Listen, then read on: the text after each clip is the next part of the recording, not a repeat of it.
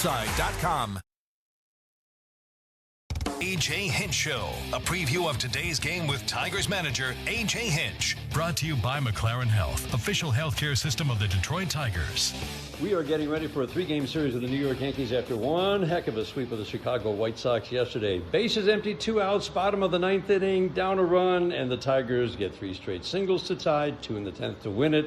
AJ, so many moments, so many big at-bats. At the end of the day, when you thought back on this game, what were some of the moments that stood out to you the most? Oh, it's hard to put it into one, but I think that just the resolve and resiliency that we showed by, we grinded to get the lead, and then all of a sudden we lost the lead, and then they get the tack-on run, and the attitude in our dugout remained pretty strong. And then, I just think the continuation of the game, Jemai legs out the infield single, and Kevin has an incredible at-bat, and Dingler has an incredible at-bat, and all of a sudden we're back in it, and we look up an inning later and we're celebrating. So Greeny's 2-strike hit to Matt Vierling hitting off 100. I mean, everybody had to do something yesterday for us to pull that off. And I thought we had outplayed them yesterday, but sometimes you get a tough luck loss, and instead it was a hard-nosed win.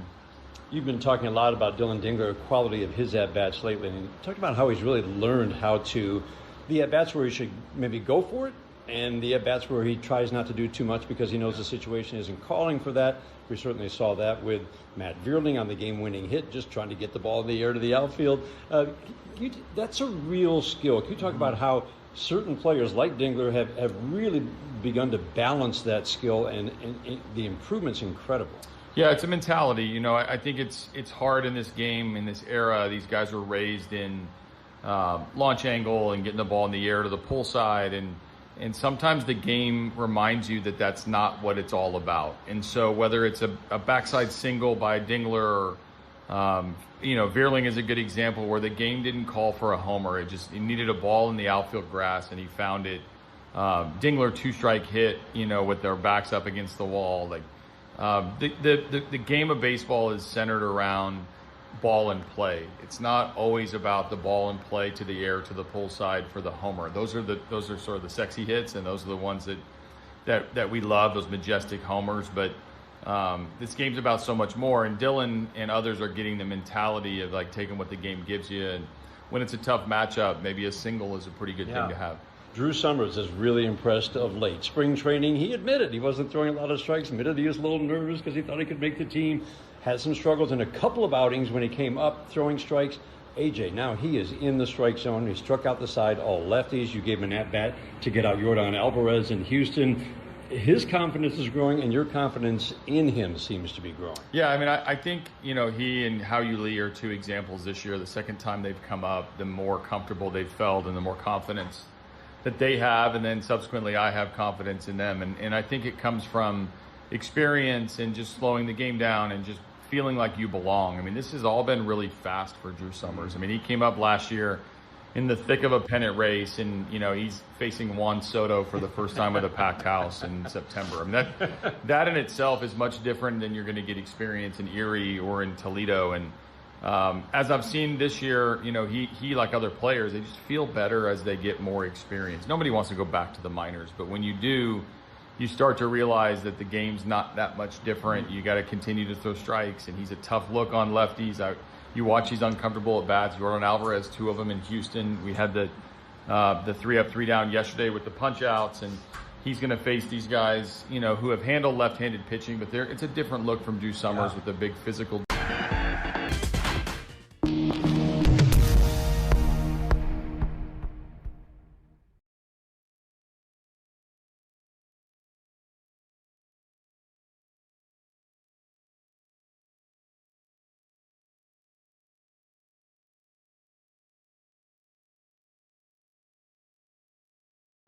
There's a shot into left field. Stanton on his way around to score. The Yankees are on the board. First, it's 1-0 New York. Bouncer headed up the middle, and that's going to get through and drive in a couple of runs. Cranked up and sent into the right center field gap. McMahon's going to score easily. They're going to wave Wills around. Plays to third. 5-0 New York. Another one head for no man's land, but Harrison Bader read it well. Former Gold Glover comes Lines up to make a very nice catch for the guy they call Big G, who has driven in a run with the third straight hit to open the fifth inning. Chopper for Jazz. Hot shot. And he makes the catch. That got out there on a line, and he's telling Jose Caballero, "You see that?" I could watch Jazz Chisholm play. I mean, he plays with such joy. Only David Cohn, Ron Guidry, and Mel Stottlemyre had opening day starts of 6+ innings with 2 or fewer hits and no runs allowed. Puedes ser el dueño de grandes momentos del béisbol. MLB Auction te permite participar en la subasta de bates, bolas y jerseys autografiados, con artículos de tus equipos de grandes ligas favoritos, leyendas y jugadores. Visita auctions.mlb.com.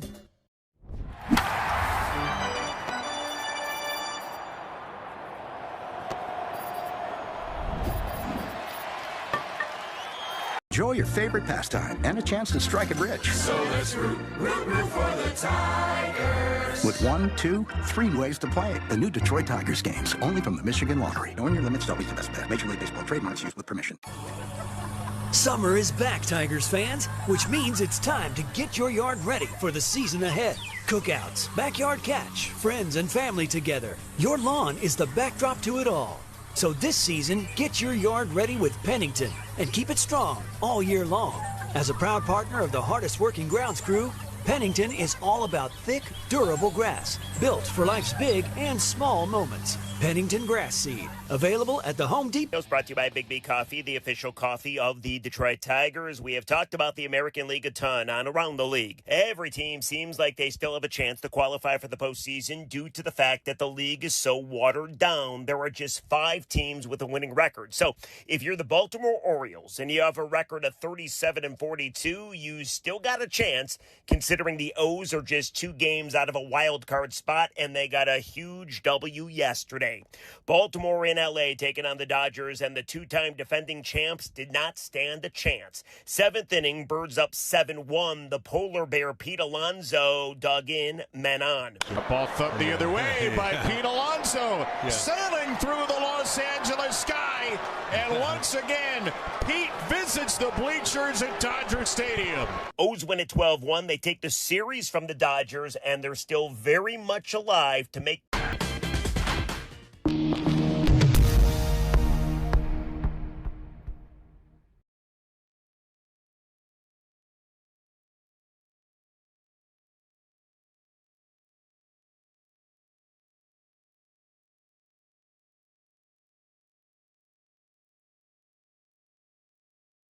Straw covering some ground, as he always does. Loops one into Steve Nunez, going to track it down.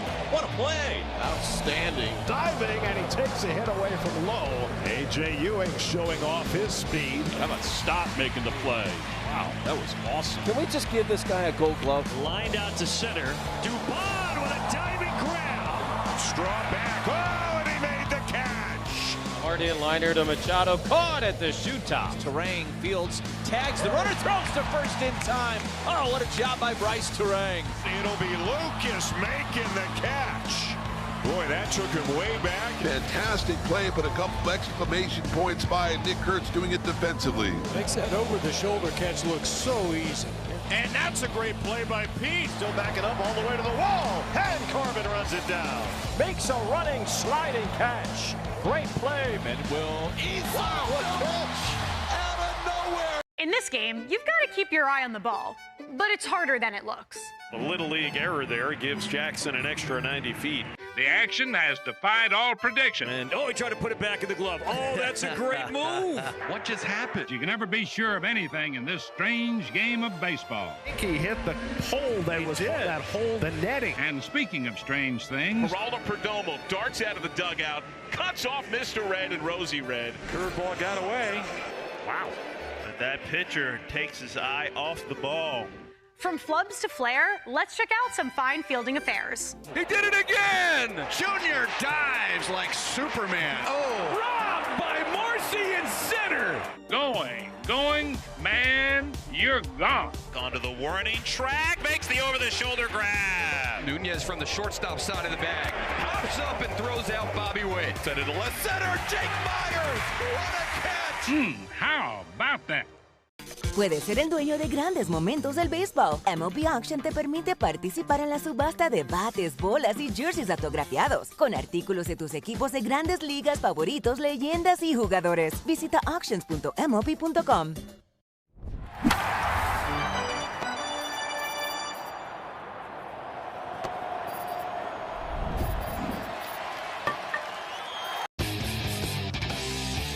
Now, back to the Metro Detroit Buick GMC Dealers broadcast booth at Comerica Park. From the field, brought to you by Meyer, official partner of the Detroit Tigers. We are getting ready for a 3-game series against the New York Yankees after a terrific weekend sweep of the Chicago White Sox. We were joined by Tigers outfielder Matt Vierling, who delivered the game winner yesterday. Before we get to that hit, Matt, just kind of sum up the day through your eyes as someone who delivered the hit, but how unlikely this was given that there were 2 outs, bottom of the 9th, down a run, and Jahmai Jones hits what looks like a routine ground ball to short. Yeah, absolutely.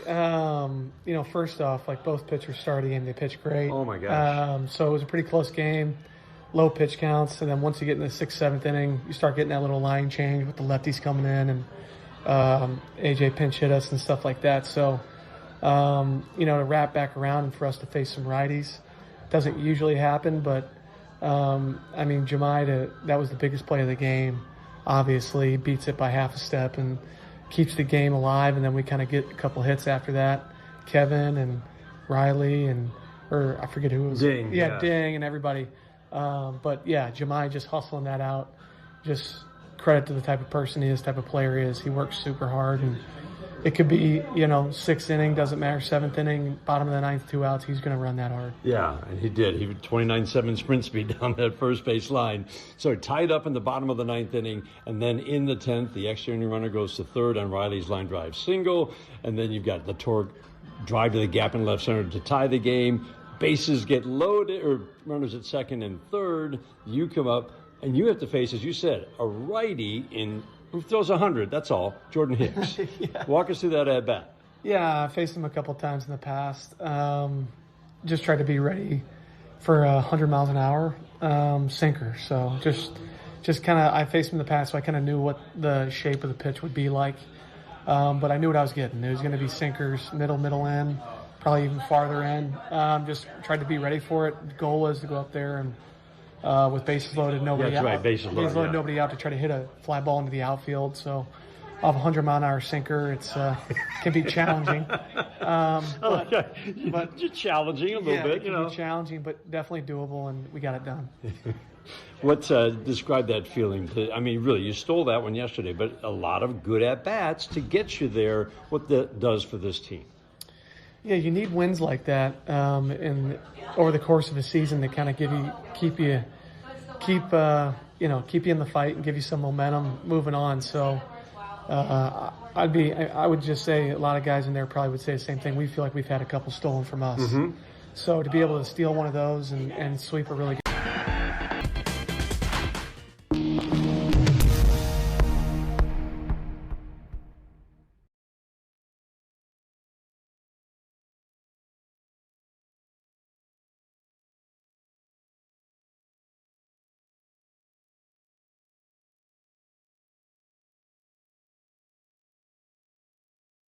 What else going to happen today? Henderson's bat goes flying into the stands on a strikeout. And that's not good right there. See Andy looking at it like, hey, not supposed to be doing that. Yeah, stick to basketball there, right?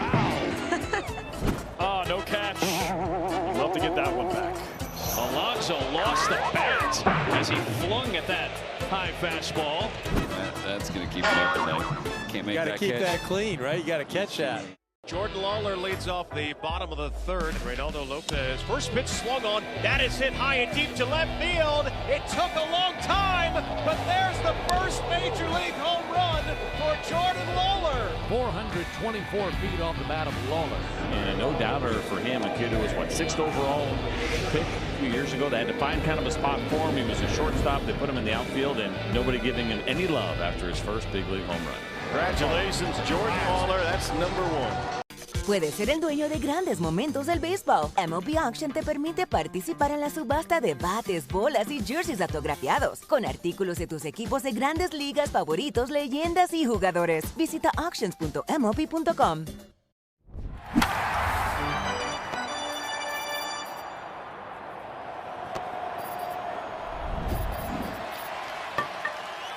Tiger Law, Comerica. Breezy, just about perfect for Tiger baseball. Hello again, everyone. We're getting ready for the start of a 3-game series. Tigers and New York Yankees. Always a little buzz when the Yankees come to town in good years and in bad. And, well, they've been pretty good in recent years. Almost always the team to beat in the American League, Dan. And this is a real nice test for the Tigers. We talked a little bit about it earlier, but this kind of is what you want. And you mentioned when the Tigers have played first-place teams in the last few weeks, they have won those series, but important to keep the momentum from the weekend sweep going. It is, and you know, the Tigers know where they stand and how important it is for them to win each game and win series, but there's something about when you're facing the Yankees and that pinstripe uniform or that New York across the chest, it brings out the best in you, and I'm sure it's going to bring out the best in the Tigers tonight. Framber Valdez will be making his 16th start of the year. Garrett Cole missed all of last year. He had time.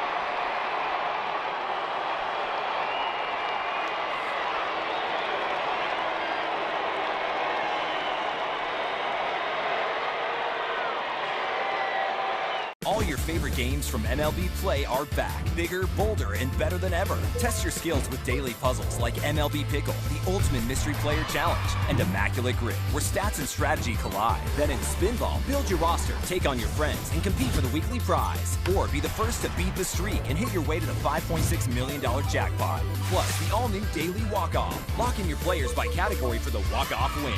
The game's official home for games is MLB Play. Only on the MLB app and MLB.com.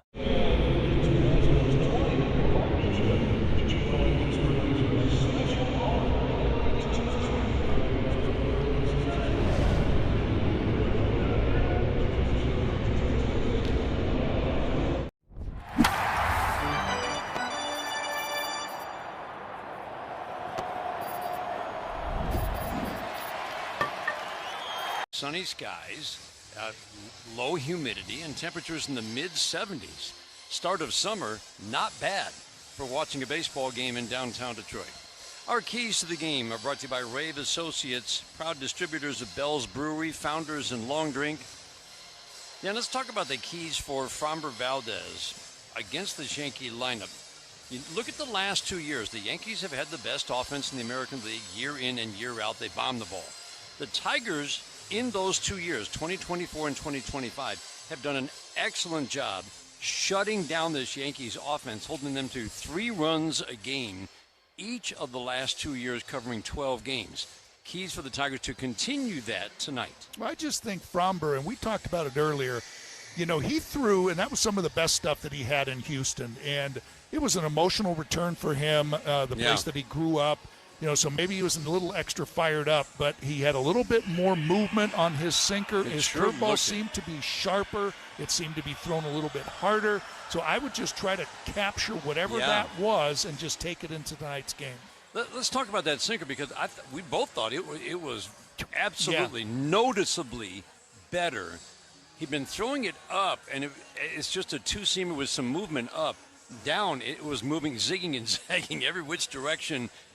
To me, it was the misses were down, and that's what to watch for if he can build off of that. Yeah, and I think a lot of times if you talk to opposing managers, they say, you know what, the big key is if you see the ball on the ground, we're in trouble. If we get the ball in the air, it's a good sign for us. So right away you'll kind of know if Fromber's got that good sinker, the good curveball, if you're starting to see a lot of ground balls.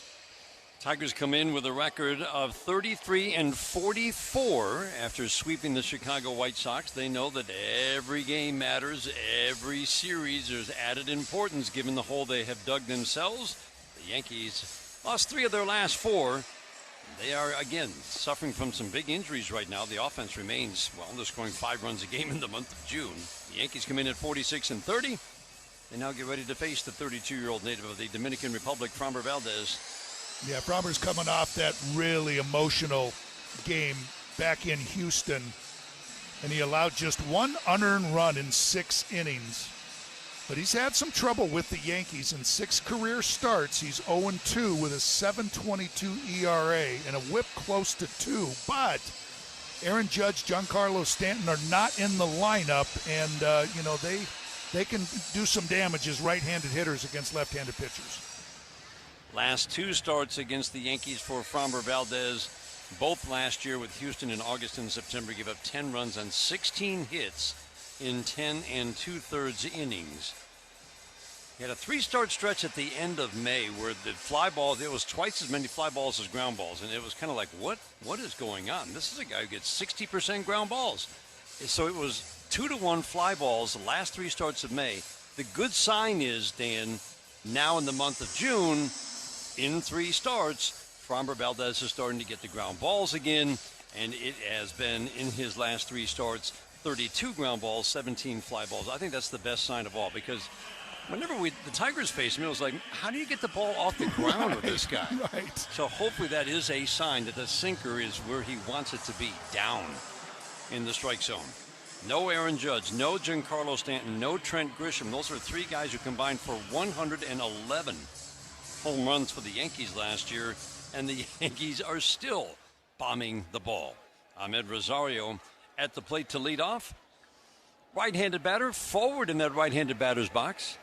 Framber Valdez will work over on the third base side of the rubber, stands at a slight angle to home plate, glove below the belt when he sets into his motion. First pitch of the game is hit high in the air, center field. James Outman will drift to his left, make the catch. 1 up, 1 down on 1 pitch. Man, we saw that yesterday, didn't we? Hader Montero, they were charging him, and he got through 7 innings on 73 pitches. It was incredible. They sure were, and they did the same thing to Troy Melton, and, they had to make some adjustments, but they did. So the lineup tonight, you heard Dan read the lineup. It's got the lefty Rice and the lefty Bellinger.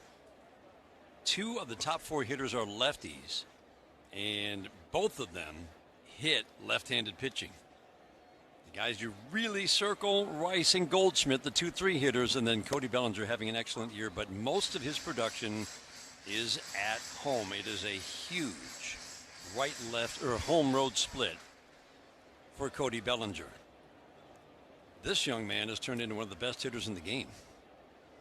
Ben Rice, left-handed batter. They like their guys big, don't they? The strike 1, swinging a tap foul down the first base line. I mean, you think about, Aaron Judge, Giancarlo Stanton, and Spencer Jones. My goodness. They've got some big fellas on this team. Ben Rice listed at 6'1", 215, but he looks bigger than that. I can tell you he's more than 215. He's just solid. The 0-2, big bending curveball down. Kind of a late bloomer, although, he really hit all the way through the minors. It's just maybe they just didn't have a spot for him to debut until 2024. He's now 27 years old. He had a very good first full year last year, and he's been dynamite this year. 1-2, got him. Sinker on the outside edge, maybe a little swing back. And Ben Rice, that's a big out to get, takes a called third. Boy, just perfectly located that fastball right on the outside, and I think you're right. He's been throwing some sliders to lefties, and that might have been what Ben Rice was looking for. It started right on that outside corner and then just swung back to catch that outside corner. Brings up Paul Goldschmidt. Early in this year, he was starting kind of every other game. Soft ground ball fouled on the third base line. His offense had fallen way off. He's 38 years old. Wasn't obvious he'd be back with the Yankees this year. They were playing him kind of just against lefties, and then the injuries started to pile up. Paul Goldschmidt is now playing every day since mid-May. And Paul Goldschmidt is back to being a guy who's crushing opposing pitching. At age 38, he's having a comeback season. The strike one. Curveball down, hitting .289 with power. And again, now playing every day, either at first or as the DH. Mashing lefties. Right now, the bright sunshine with a 6:10 start. We are at the longest day of the year, one day after it. Soft ground ball up the middle into center field, the base hit curveball, and well, Framber Valdez got him to beat it into the ground right by home plate, and it scooted into center field. Yeah, just got the ground ball that he wanted, and a lot of times those ground balls up the middle anymore, you just think that somebody's going to be there. They don't kind of make their way, those ground balls into center Almost field too never. often. No. And I think that's why Framber was looking out there like, you're kidding me. How'd that slide through? Infield alignment behind him. McGonigal at third, McKinstry at short. He's right up the middle with the lefty Cody Bellinger batting. Sinker misses low and outside. So again, not great numbers against the Yankees in his career for Framber Valdez in terms of the lineup that he is facing tonight. Cody Bellinger has some of the best numbers, 4 for 12. And Jose Caballero, 6 for 13. That's really it for guys who've had any measure of success against Framber Valdez, and really any number of at-bats. A lot of limited at-bats for everybody else. Pitch away, it's quickly 2-0. Very upright stance for Cody Bellinger. Signed to a contract extension in the offseason. He swings and hits a sinker foul down the first base line. He's a really odd combination of low hard hit rates and yet a power hitter. And that, I think, scared a lot of teams away from him. Traded to the Yankees, and then they signed him, and he has taken full advantage of that short porch in right. The 2-1. Change up away. 3-1 on Cody Bellinger.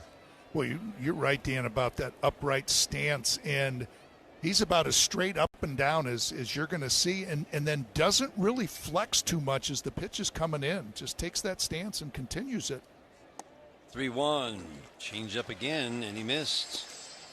Cody Bellinger drawing more walks than he's striking out. His plate discipline is growing. The swing and miss is dropping. This is what you want to make sure, that you're not pitching with men on base. And we've just seen it's been odd inconsistencies for Framber Valdez, given the pitcher that we've seen the last 5 years. Winningest pitcher. The winningest pitchers in baseball. Ground ball and a big hop to short. Nice easy play. McKinstry to Ha-Yu Lee. Anthony Volpe bounces into the 6-4 force on Bellinger at second base. Good to see the ground balls. 2 in this. Singles you will see. Kevin McGonigal's on at first. Yeah, I don't know if it hit his. Right off the bottom of his foot. Yeah. And then I think it had some wicked spin on it. But you're right, just kind of tripped over dirt. Yeah. But I think it was spinning out there, and it just surprised him, and he tried to make a little adjustment and couldn't. You might hear about that if they win this game later on. Dylan Dingler takes a fastball up. Man, was yesterday's game full of good at-bats late. Dylan Dingler's been providing most of them throughout the month of June. Slider up and in. Garrett Cole is a pitcher you can run on, something to watch in this series. Tigers try to take advantage maybe of pitchers who don't do a great job, and catchers who don't do a great job in throwing either. Cole so far has allowed just 2 steals in 3 attempts in 5 starts. The 2-0. On the inside corner. Loved AJ talking about the other day, Dylan Dingler, and just that growing knowledge of when to take your shot and when to not let the moment get too big for you. Not trying to do too much in the big moments. And game after game, Dan, we see him deliver singles when the Tigers need a single. Fly ball right field, right to Dominguez. He'll come in a step and make the catch. Inside out of that ball, and there wasn't much behind the swing. But Dylan Dingler hasn't just been hitting home runs. He's been getting hits. You know, Dan, just to talk about Dylan Dingler. He started that game with a strikeout and a double play, and nothing fazed him. Came up with that big RBI single and then the big home run. I mean, he's just so even keel. Yep. That brings up Kerry Carpenter. First inning today brought to you by Rocket Mortgage. Own the dream. Curveball. Oh, no. Challenge that, Kerry. Jim Wolf goes up with the right hand. I'm surprised there are just certain Tigers who are not comfortable challenging. That was well off the plate away. The strike one.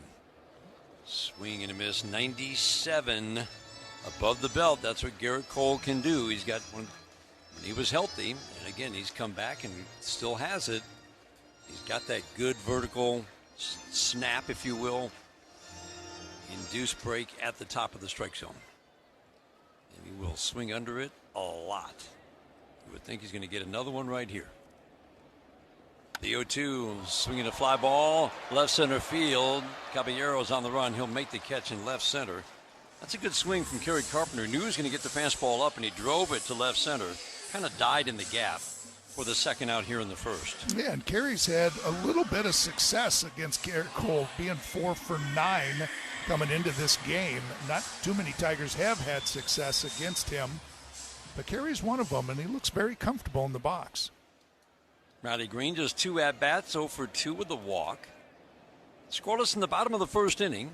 Riley swings and misses a very good changeup diving at the plate. Today's game brought to you in part by Northville Lumber, the official lumberyard of the Detroit Tigers radio network. Injury report is brought to you by McLaren Health, the official healthcare system of the Detroit Tigers. Jack Flaherty will make a start for Erie tomorrow. And you would think if that goes well, he will be back in the rotation the next start. Fastball up and in. 97 has Riley Green pulling the hands in. Tigers in their City Connect uniforms. Yes, they still have the City Connect uniforms. The home alternate orange has replaced the City Connect for Friday nights. The 1-1 curveball, the strike. Boy, Dan, they're not challenging these pitches.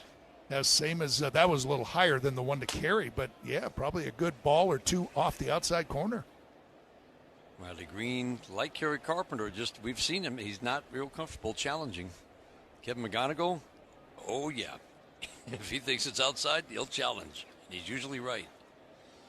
City Connect uniforms, the midnight blue with the electric blue down the center, the block lettering Motor City across the front, the electric blue down the midnight blue pants. The 1-2. Fastball away. 2 balls and 2 strikes.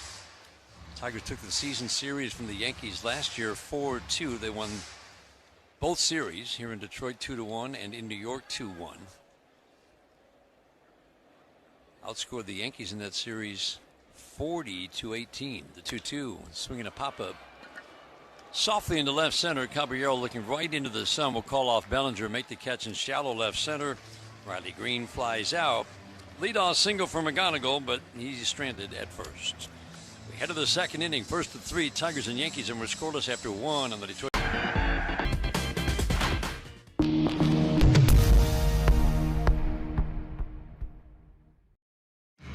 I'm Jonathan Mayer, and for more than 20 years, I've traced the path of baseball's rising stars, navigating the back roads of the national pastime and basking in the glow of small-town America's spirit, where the team is woven into the fabric of everyday life, where it's more than just a game. It's a celebration of the people, the traditions, and the culture that give these places their soul. This is Grassroots. The MLB app. Yeah, it's got game. This game. These games. All the games. Pre-game, post-game, and everything in between. This is baseball your way. With real-time stats, scores, breaking news, and custom content that hits every time. Because you choose the teams and pick the players you want to follow. So when they catch it on the field, you catch it on the app. Puedes ser el dueño de grandes momentos del béisbol. MLB Auction te permite participar en la subasta de bates, bolas y jerseys autografiados, con artículos de tus equipos de grandes ligas favoritos, leyendas y jugadores. Visita auctions.mlb.com.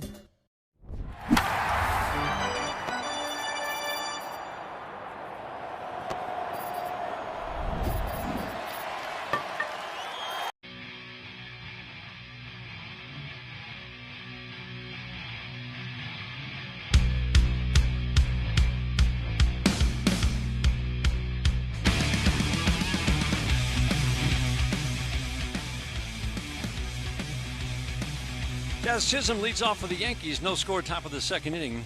First pitch, check swing on a curveball that bounced in front of home plate. I'd like to say that was the Shadows, but I don't. I think that's Jazz Chisholm. He's hunting fastball? Nick, maybe? Jazz Chisholm got out to a really rough start. He's begun to pick it up of late. The strike one, fastball high and tight. He's hitting .226. Remains a, I guess, enigmatic player for the New York Yankees. A world of talent. Heck, he had a 30-30 season. The 1-1 ground ball on a high chop deep first. He'll have to hurry. Torkelson to Valdez, and he will get him at first base. Nicely done. Chisholm runs well. Framber Valdez, remember last game, didn't get over and cover first base on time after a nice play by Tork, and that time he busted over to first. Learned a valuable lesson, I think. Yeah. And, they're falling to the third base side anyway, those lefties, but you got to figure out a way. Just as soon as that ball's hit to that other side, it's just automatic. You got to sprint over there. Just able to get Jazz Chisholm sliding on his belly. Brings up Jason Dominguez. Every year for several years running, this is one of the top prospects in baseball, swinging a foul straight back. Debuted at age 20 in 2023, then injuries in 2024, but he spent most of that year at AAA when he was healthy. Finally got to play last year. He was solid. Ground ball wide of third. McGonigal to the glove side will field, fire over to first. Just got Dominguez, who runs well. And then Jason Dominguez didn't make the team out of spring this year. And you kind of wonder how many times does this guy have to make the team? Top prospect, and they re-signed Cody Bellinger, and there just wasn't a spot for him. Jason Dominguez is still just 23 years old. Jose Caballero, he can hit a little bit. Fastball away, ball one.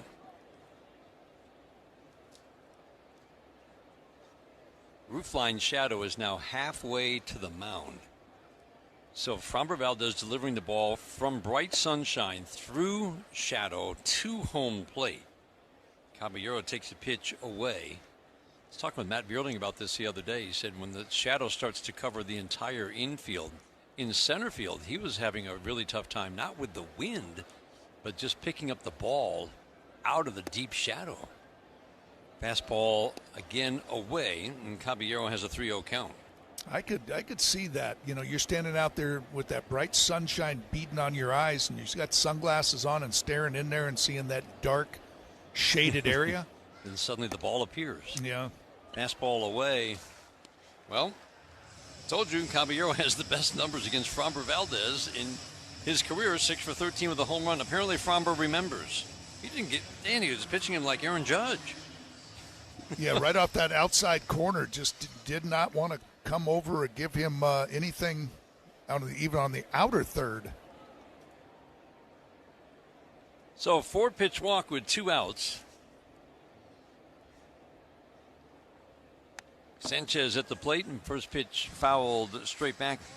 Ale Sanchez, backup catcher. Wells is just off the injured list. Austin Wells not getting the start. Several lefties taken out of the lineup today. Spencer Jones, Austin Wells, Ryan McMahon with the lefty Framber Valdez on the mound. Slide step to the plate. Changeup pulled down and in. We've seen Framber Valdez, it feels like, tried to make more of an effort to slow base runners at first, but he just can't. You know, I don't know if you want him to. Yeah, you know? He just can't. Little snap throw to first. He almost bounced that right by Torque. He Kind of knocked it down to his left. If it's going to affect his command and his ability to get the guy out that's standing in the box, you probably want him to try to maybe keep that same leg kick rather than that slide step. But Caballero's over there kind of bouncing around. League leader in steals last 2 years takes off, swinging a tap foul at home plate. He would have walked into second base. 1-2 on Ali Sanchez. 49 and 44 steals the last 2 years for Caballero. He's got 16, but he's been caught 6 times this year. Ayuli at second base, shades up the middle of the outfield, really shifts to the right on Ali Sanchez. The 1-2 up, Caballero goes, and I mean, you didn't give Dylan Dingler a chance. No. 17th steal. Again, he has been caught. He can be caught 6 times. That's just frustrating for a catcher. Dylan Dingler, one of the very best at controlling the running game, but that's 13 steals and 13 attempts for Framber Valdez, and that's hurting the mark of whoever is catching that day. The 2-2. Swinging a slicing foul. He tried to reach out and punch the curveball down the right field line. Count remains 2-2 on Ali Sanchez. He's been around. He's been major leagues parts of 5 seasons, only 150 career at-bats. There's no threat of damage in this bat. 190 career hitter with no power. Upright stance from the right side, asks and gets time. Dan, it just seems like Framber, I mean, again, it seems like he holds the ball sometimes, but he's got to be better than that's just too easy. Yeah, he just kept getting that larger lead, too. 2-2. Sinker away. You do not want to walk Ali Sanchez. He doesn't want to walk. 6 walks and over 150 plate appearances in the major leagues. 4-pitch walk. Now the 3-2 is swinging a shot into left field. The base hit, and the Yankees will take a 1-0 lead. Sanchez heading to second. Throw will not be in time. For some reason, Caballero was looking out to left field as he slowed down going to third base. Scored easily anyway. But Dan, that's just a changeup that's belt high over the middle of the plate. It was, and I think, that is not a bad pitch. I mean, you wouldn't think he'd throw it that many times to the number 9 hitter, a 3-2 changeup. Man, but it was just where the location, where the location was. I thought for sure it would be one of those sinkers going down and away, but it was just like you said, just stayed up, and that's a nice speed for him to catch up to. Change up away. Dylan Dingler tried to bring it in. Jim Wolf wasn't buying. Jim Wolf is our home plate umpire. Alex McKay at first. Alan Porter, the crew chief, one of the very best at balls and strikes umpires, is at second. Roberto Ortiz is today's third base umpire. 1-0 Yankees. Fastball gets a swing and a miss to Ahmed Rosario. He's been pretty well traveled. Remember, he was the big piece for Cleveland in the Lindor trade. Seems like forever ago. That was only 5 years ago. The 1-1. Swing and a miss. Good fastball up. But Dan, we're not seeing the same good heavy sinker down today. It's not. Yeah, the movement is not the same.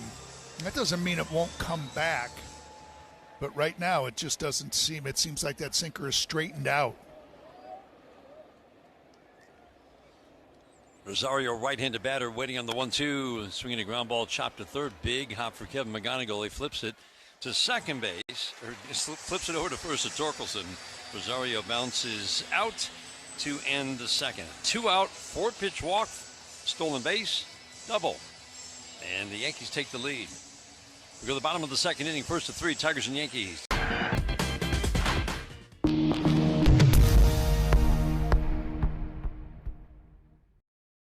The MLB app. Yeah, it's got game. This game. These games. All the games. Pre-game, post-game, and everything in between. This is baseball your way. With real-time stats, scores, breaking news, and custom content that hits every time. Because you choose the teams and pick the players you want to follow. So when they catch it on the field, you catch it on the app. Puedes ser el dueño de grandes momentos del béisbol. MLB Auction te permite participar en la subasta de bates, bolas y jerseys autografiados, con artículos de tus equipos de grandes ligas favoritos, leyendas y jugadores. Visita auctions.mlb.com. Down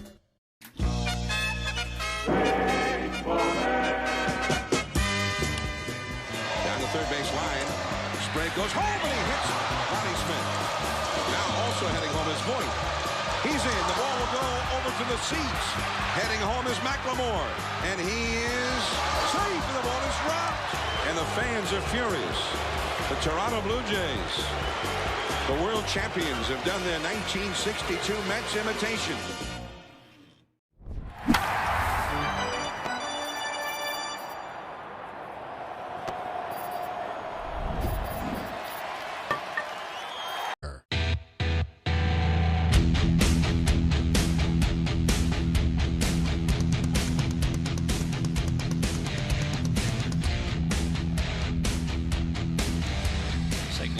About the Michigan Lottery. Play the Michigan Lottery's Detroit Tigers instant ticket and online games.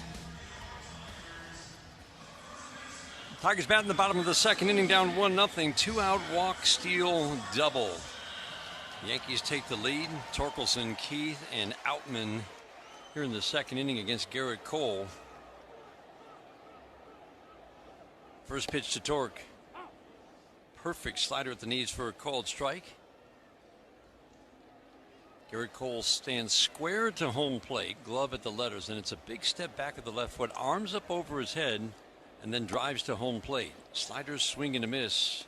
And that part of his windup is new, isn't it? It is. Yep, he was one of those ones that kind of held his hands like below his waist and went into his delivery and then brought him back up to about chest high, but for whatever reason just felt comfortable going back over his head. The 0-2. In the dirt. You would go over your head, right? No, I kept him right on my chest. Always here. You know, Jim Leland was the one I did when I first started in the minor leagues, and Jim Leland got me to simplify my windup. Too many moving parts? Yeah. Yeah. I was walking people, and still walk a lot of people, but cut down a lot of them. 1-2, slider away. Torque had some good at-bats over the weekend. And again, we kind of shined the spotlight on him because AJ said this loss of Torres in the number 2 spot. Dingler moving in the number 2 spot puts pressure on Spencer Torkelson in the 5-hole now. Line drive to the gap in left center field, and we've been seeing a lot of swings like that. One hop to the wall in left center. Torque will cruise into second. Got a 2-2, 96-mile-an-hour fastball middle, and he did not miss. Leadoff double here in the second. You know, and I think there's not a whole lot of pitches that you've got to be able to look at and try to look for and do some damage off of Garrett Cole. That is one of them, though. And you try to get that fastball, and if you get it, don't miss it. And Spencer didn't. Second time in 2 innings, Tigers have had the leadoff runner on. Torque went 0 for 3 in the game on Friday, and then 1 for 3 with a walk Saturday. Couple of hits plus a walk in the game yesterday. But Dan, he was finding his hits. Driving the ball to the gaps, ground ball single up the middle, and those are the kinds of at-bats AJ's talking about. Not always unloading on every pitch. Yep. Colt Keith takes first pitch, ball 1. Yeah, I think there is some frustration where he tries to lift a little bit, and that was driving the ball back up the middle. Was. The 1-0 to Keith, fastball, bottom rail. Did he get the call? He did not. We're going to have a challenge. Called the ball. I think Sanchez is going to win this one, and he did. Yep. 1 ball, 1 strike. Time for dollars on deck if James Outman gets a hit this inning. Northville Lumber will donate to Detroit Blightbusters. Northville Lumber is Michigan's oldest business, largest Trex decking dealer. The 1-1. Slider misses high and away. Cole Keith, 4 home runs in the space of 10 at-bats after going homerless for 185 at-bats. Hasn't had a ton of at-bats since the 2-1. Swing and a miss. Sore right wrist kept him out of 1 game in Houston. Just really love to see him build on the breakout games in Houston. The home run here. The 2-2, swing and a miss. That was a fastball by you. 98. It's got life, and it's got some hop. Two in a row, Dan. I mean, it's just right at the top of the strike zone and late. Both of them, as you said, just tardy.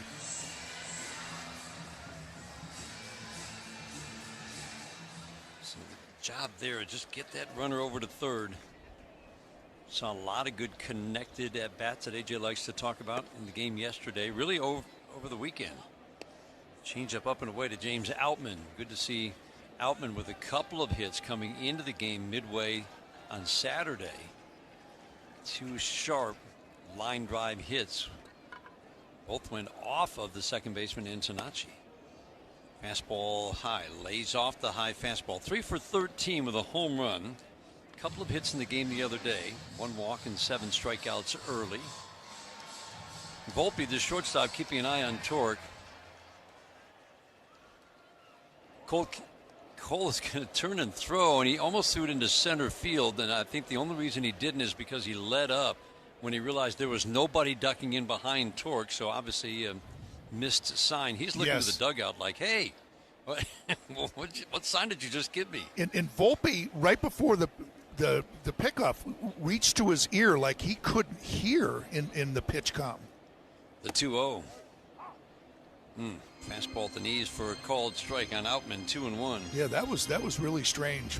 Everybody was looking in the dugout. Volpe was holding up to his head like he couldn't hear. He's doing it again.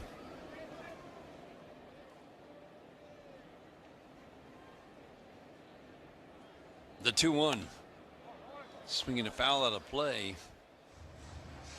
I guess I always thought that was a sign either from the catcher or the dugout. But they actually use PitchCom for that, don't they? I think Isn't so. that funny? I never really thought about that part of the equation.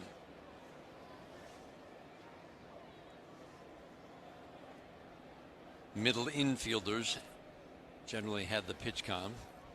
So it's just like, yeah, we're going to have a pickoff on second beat. And you're right. Generally, it would be the shortstop like picking up dirt and throwing it. That was the sign, basically. Right, you know? Well, who's not going to eventually pick that up? You know. Outman taking his time. Garrett Cole looks a little irritated on the mound. That's good. Good. You want to irritate him? Now he's going to make Outman wait. Now we're ready. Outman waiting on a 2-2. Swinging a foul well back third base side. Yeah, he's got a little bit extra on that one, too. 99, hardest fastball he's thrown. Pretty impressive. Fastball, again, up from his last healthy year of 2024, back to where he was in 2023.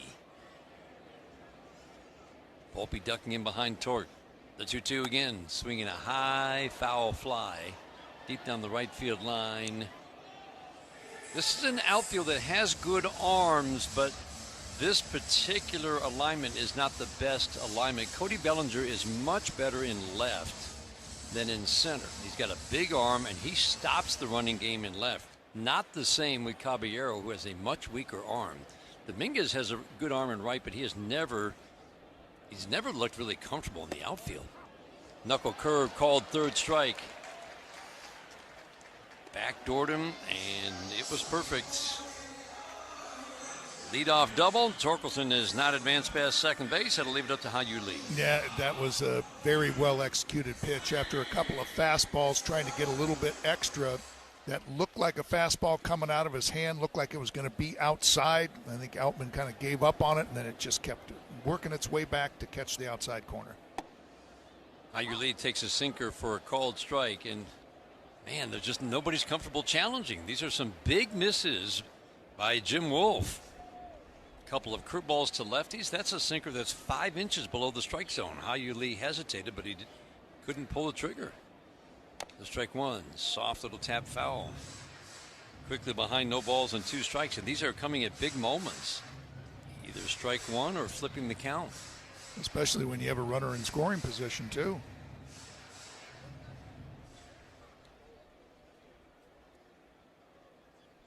I would say Dingler and McGonigal are really the kind of the two right now that are most comfortable challenging. Yep. I'm glad you mentioned Dylan, because not only behind the plate, but when he's batting also. The 0-2. Slider misses low and away. 1-0 Yankees run the second inning. Today's game brought to you in part by Meyer, an official partner of the Detroit Tigers. Series brought to you in part by the Sam Bernstein Law Firm. When you need the right call made, 1-800-CALL-SAM.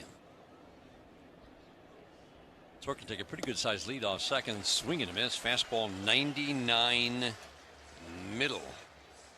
Fastball gets a couple of swinging third strikes. The curveball the other. Out of called third strikes. James Outman. Torkelson's very open stance. Needs flex, bends at the waist, hangs out over the plate. Soft ground ball foul down the first base line. Handled by Dan Fiorito. The first base coach, Luis Rojas, is over at third. Remember, I think it was the Seattle start from Fromber where you had texted me, asked if he was throwing a cutter almost. Yeah. This is kind of the same looking fastball. 2-2 is swinging a foul out of play. We just saw another. That's yeah. the same movement profile, it feels like. Yep. I was asking you, and then you said, "I'm sorry, I'm a little busy down here. I can't see it." Yeah, I was. I was mad at you. But then I started watching it, and you were right. It didn't have that same tailing action you're used to. 2-2, big curveball away.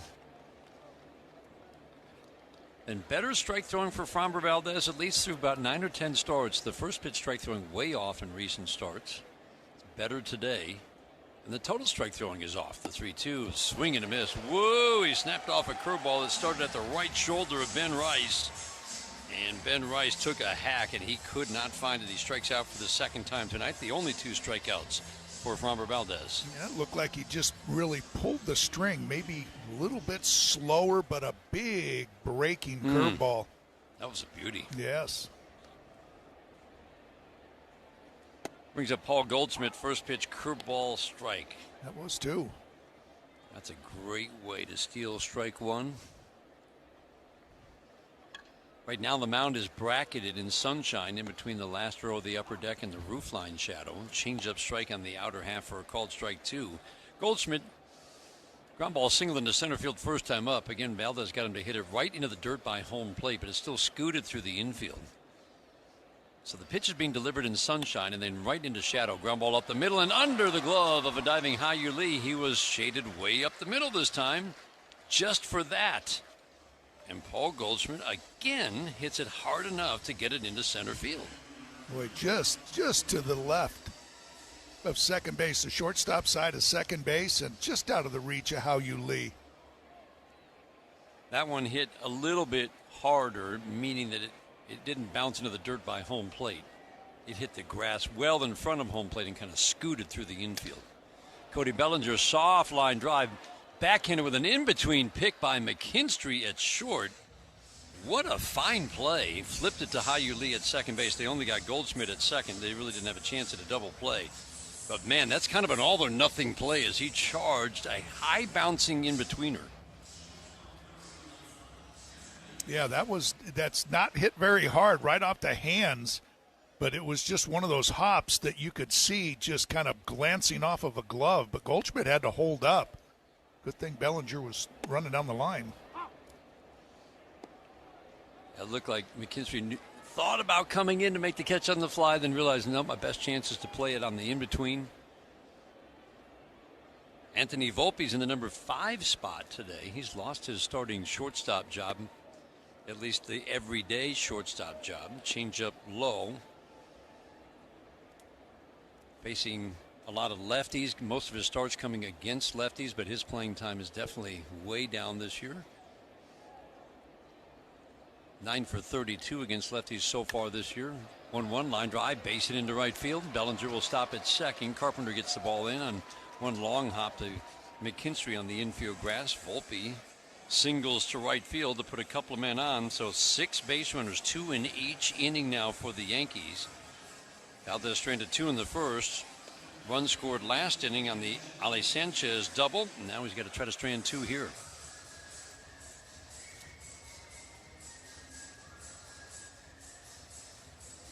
Brings up Jazz Chisholm. Got kind of an old style look going on. Kind of baggy pants, and then the high socks right up to the knees. First pitch curveball up and in to Jazz Chisholm, 30-30 guy. There aren't many of those. 31 home runs, 31 steals for the Yankees last year. One of his best seasons. He's had another season with 24 home runs and 40 steals. The 1-0 swing and a little soft tap foul on the ground behind home plate. Better against, he's improved against lefties the last couple of years. Still a much bigger threat against righties. Had a pretty good swing at that curveball. The second time he's seen it, the first one was inside. Got a good look at it and just clipped that one foul. The 1-1. Swing and a miss. Good sinker down below the strike zone. And that had that sink, and it also had that horizontal movement.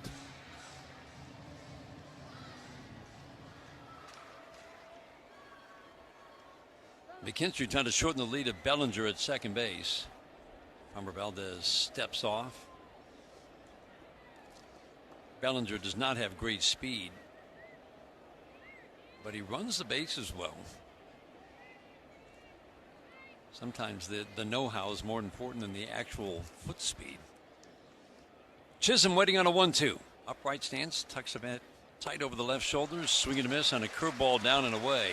Took a wild flail at a breaking ball in the dirt. Third strikeout for Framber Valdez. Ends the third and strands two more. We head to the bottom of the third. 1-0 Yankees. This is the home of Detroit Tigers baseball, presented by Meyer. Do you suffer from back or neck pain? Trinity. Left center Profar sprints over. Oh, he lost it.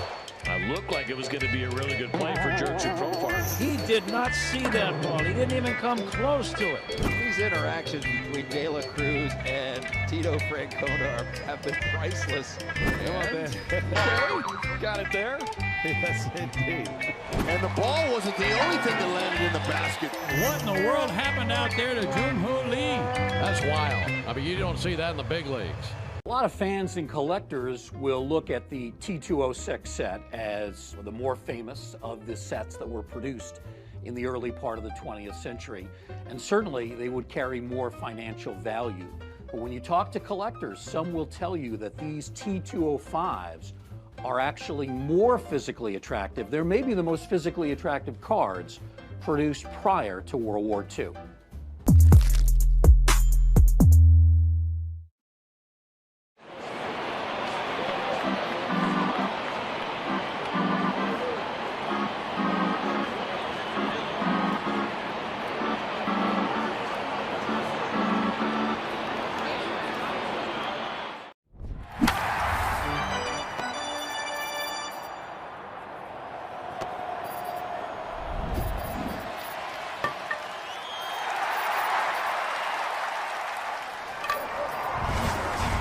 Trees planted for every Tigers triple this season. That's 99 trees and counting.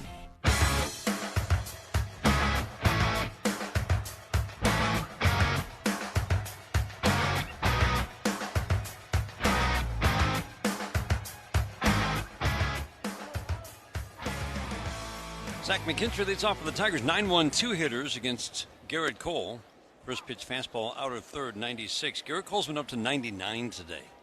Last inning, Dan, he was cruising at 97, 98. This looks like the Garrett Cole of old, and he's still probably regaining the sharpness that he wants. Knuckle curve misses in 1-1. You know, and it doesn't look like there's a whole lot of effort. No. You know, it's pretty smooth. What a career he has had. The 1-1, swinging line drive, base hit into left center.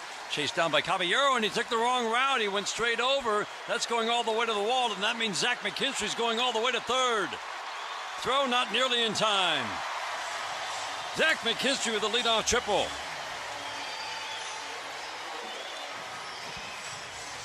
We got that four-seam fastball up and out over the plate, and went with it, shot it into left center. And just that straight across route by Caballero. And it got by him, and after that, it was just all the way to the wall. And Zach McKinstry, again, just good base running, cutting those bases so sharp. At second base, it was almost a straight line over to the third. Love him watching him cut the bases. Such a direct route. Yep. Kevin McGonigal takes curveball outside.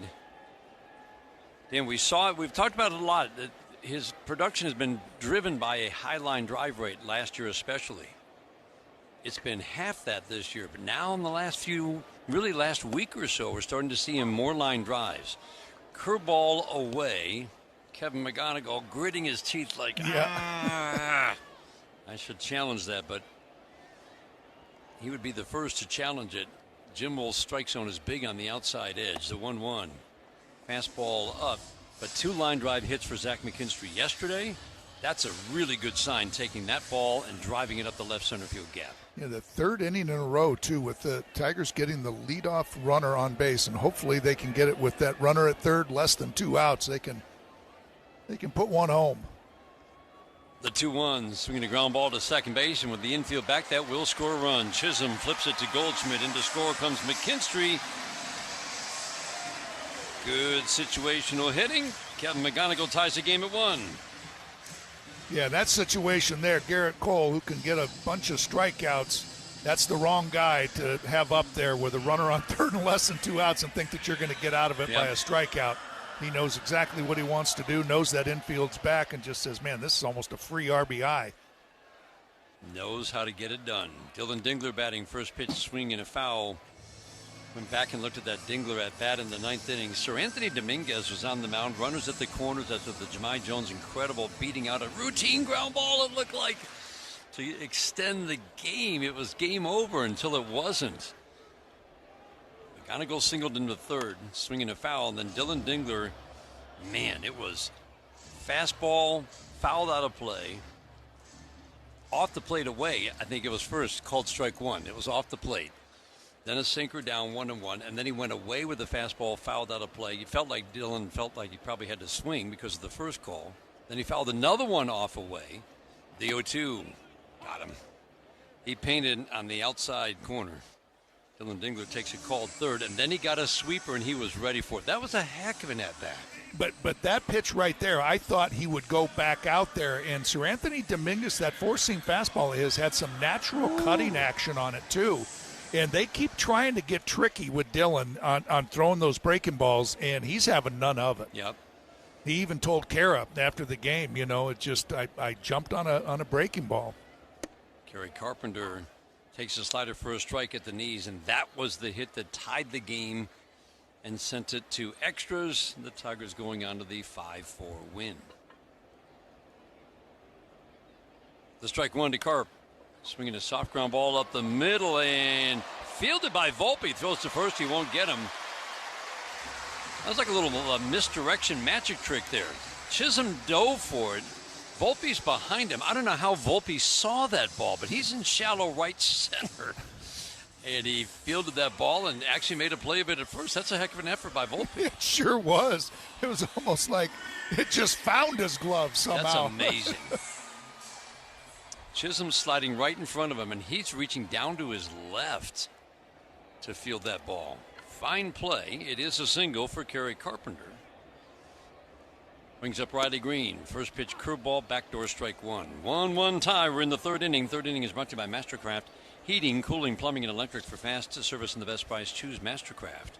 Instant replay is brought to you every game by the Sam Bernstein Law Firm. When you need the right call made, 1-800-CALL-SAM. Riley Green buzzed up and in with the fastball. This is the same sequence that his first at-bat started with. Although I think it was a changeup first pitch last time up. Yep. Then he buzzed him high and tight.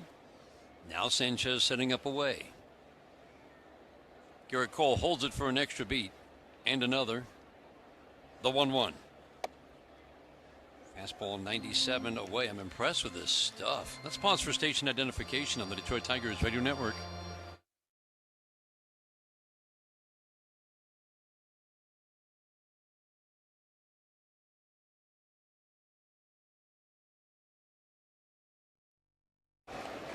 Two-one changeup floats high and away, brings Sanchez up out of his crouch to grab it. Now Riley Green's got the good hitters count, 3-1. Hitting .290, 8 home runs, 33 RBIs. 4 of those home runs came early this month. Carpenter's short, cautious lead at first. The 3-1 away. Boy, Garrett Cole didn't look real interested in throwing Riley Green a strike. He's been a premium strike thrower in this game. You know, it just shows, though, about that little base hit. Infield base hit by Kerry Carpenter extends the inning, makes Garrett Cole throw a few more pitches, also puts Riley Green in a good position with 2 outs, and now Spencer Torkelson up to bat, who doubled his last time off of Garrett Cole. Again, really good at bats for Torque the last 2 days against Chicago. He was 3 for 7 in the last 2 games with 2 walks. First at bat, fell behind 0-2 and then doubled. First pitch, big bending curveball low and away. And again, you can't overstate the importance of his production in this spot in the lineup. Remember, he's been hitting 7th and lower most of the year, with Dylan Dingler now in that number 2 hole. Really productive at bats the last 3 days. See if he can give the Tigers the lead with 2 outs here in the 3rd.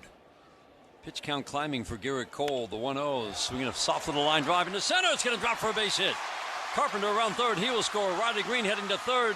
Throw goes all the way through. Torque will hold it first. Tigers take a 2-1 lead. Yeah, Spencer Torkelson didn't just hit that all that hard, but it was a sinker that was in on the hands, and Spencer's strong enough that he just fought it off and muscled that right out into center field. And again, just those back-to-back hits. That little infield base hit by Kerry Carpenter. You just figured that maybe some of these things are starting to fall. Kerry Carpenter's little looper that fell into center field. Matt Vierling's last night. Some breaks going the Tigers' way. Matt Blake, the pitching coach, out to the mound. The entire infield will join the conversation. Yeah, EJ likes to say, contact is your friend. He's talking to Matt Vierling about his game-winning hit.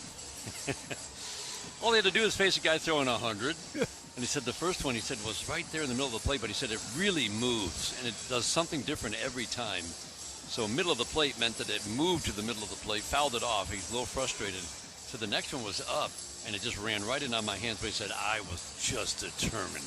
I was going to somehow get my bat on it and get it to the outfield. He couldn't believe it dropped. I know he was laughing, almost apologizing that he got a game-winning hit. Runners at the corners for Colt Key. Struck out on a fastball first time up. First pitch, same pitch that got him in the first at-bat. 97 down and away in a perfect spot. You won't do anything with that. Good at-bats against Garrett Cole, starting with Torkelson's double especially to start the 2nd inning. McKinstry triple, a Torkelson single in this inning, along with the Carpenter infield single. Fastball swing and a miss. Bright sunshine now, so the infield is almost completely covered in shadow. Again, there's that little gap between the last row of the upper deck and the roofline shadow. That's a little rectangle of sunshine right in front of third base to the left of the mound. Cole's in shadow all the way to home plate, and then there's bright sunshine out to the batter's eye and straightaway center. The 0-2. Swinging a line drive, base hit into center. On an 0-2, Colt Geek got a fastball and did not miss. Riley Green in to score. Tigers have a 3-1 lead in the 3rd. Boy, he just kept coming after him with fastballs. He did it the first time when he struck him out, and that time he just, same thing, 4-seam fastballs. And Colt says, well, wait a minute. I don't have to worry about anything else, and just stayed right on that, shot it right back up the middle. That's a really nice swing. This is the kind of at-bats that we really saw all weekend against the White Sox. Tigers didn't do much on Friday, but they did enough. Same thing on Saturday as they came from behind after the early deficit. Put together a lot of good at-bats in the 5th and 6th. And then the at-bats, the big connected at-bats in the 9th and 10th yesterday. Knuckle curve up. Sanchez will challenge. And this is going to be very close. I think he's going to lose. Yeah. Call is confirmed. New York has 1 challenge remaining. James Outman at the plate. The count is 1-0, not 0-1. So the Yankees have lost 1 challenge. Volpe up the middle, trying to shorten the lead of Torque at second base. The 1-0 curveball on the outside. That's 4 in this game that have been outside and not challenged by the Tigers. Jim Wolf's got a big strike zone away. The 1-1. Fastball, swing and a miss. 98. Unhittable where he just placed it. He threw him that backdoor curveball the first time up. Yeah, Outman struggles with breaking pitches. The 1-2, soft tap foul on the ground behind home plate. A little check swing and 98 down. I think I'd prefer him just continuing to feed him fastballs. And right, you can see him just again shifting on right on that outside corner.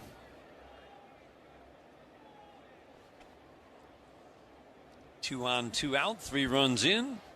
The 1-2 is swinging to miss. Changeup ran away from Outman. Really good at bats. The Tigers get a triple and a bounce out to score a run, and then single walk, single. The RBIs for Torkelson and Keith. We head to the 4th inning. 3-1 Tigers on the Detroit Tigers Radio Network, presented by Meyer. At Comerica Bank.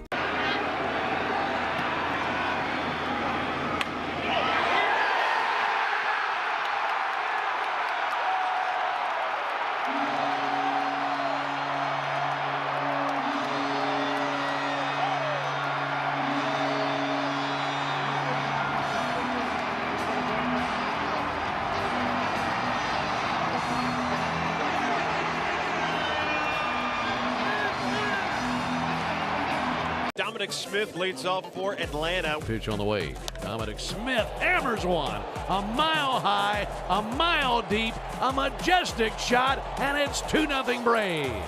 What a display of power by Dominic Smith. A home run deep over the right field wall, and it's 2-0 Atlanta.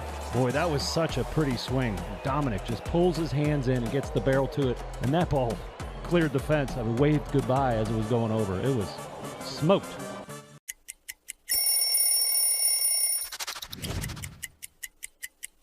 There's so much history right here, and when I put it on and it's so light, it just feels just right. It feels just right. I mean, look at this.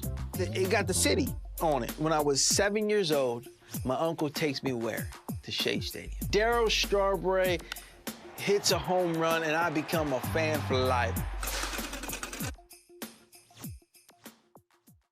Puedes ser el dueño de grandes momentos del béisbol. MLB Auction te permite participar en la subasta de bates, bolas y jerseys autografiados, con artículos de tus equipos de grandes ligas favoritos, leyendas y jugadores. Visita auctions.mlb.com. 1 lead, top of the 4th inning. First pitch curveball. Oh, that's a beauty. Backdoor called strike 1. Jason Dominguez batting from the right side against the lefty Framber Valdez. Spreads out, knees flexed, the upper body upright. Extends the hands away from the right shoulder as he cocks the bat over it. Check swing, change up. Jim Wolf sometimes will stand up and then indicate strike. I thought he was going to do it there. Stood up and then said ball 1. Dominguez much better as a lefty last year. Just not many at bats so far this year. Change up outside, 2-1. He's only had 58 plate appearances with the Yankees. Last year hit 250, and again at 22, first full year in the major leagues. This is a guy that they have high hopes for, can hit for power. He's a speed guy as well. Curveball misses 3-1. Ended up with 10 home runs, 18 doubles, just over 380 at-bats. The 3-1, swing and a miss. Doesn't have anything left to prove in the minor leagues. 300, 400, 500. That was his slash line this year. So far, again, just 240 in his 54 at-bats. Couple of home runs, only a couple of walks. 3-2. Ground ball up the middle. How you lead. Left field side of second will charge field and flip. That's a fine play. Nice actions on how you lead. That was not an easy play. He had to move, and he did. And Framber Valdez, last thing you wanted to do was walk that leadoff hitter, went to 3-1 and came back to throw a couple of pitches to get another ground ball for How You Lee to throw him out. Get that important first out of the inning. Fine play. This is the bottom part of the order. Dominguez, Caballero, and Ali Sanchez. Again, Caballero 6 for 13 in his career against Valdez. He walked on 4 pitches first time up. Now he's starting to use that curveball as a real weapon for strike one. All fastballs in the first inning, mostly fastballs in the second. Now he's used that curveball 4 times last 6 batters to steal strike one. Caballero takes a strike quickly, 0-2. I think he's starting to be very comfortable with that pitch. Yep. You get into that nice little groove, your arm action, your arm release point, arm slot. 0-2, another curveball grounded to short, backhanded by McKinstry on the outfield grass. Fires to Torkelson at first.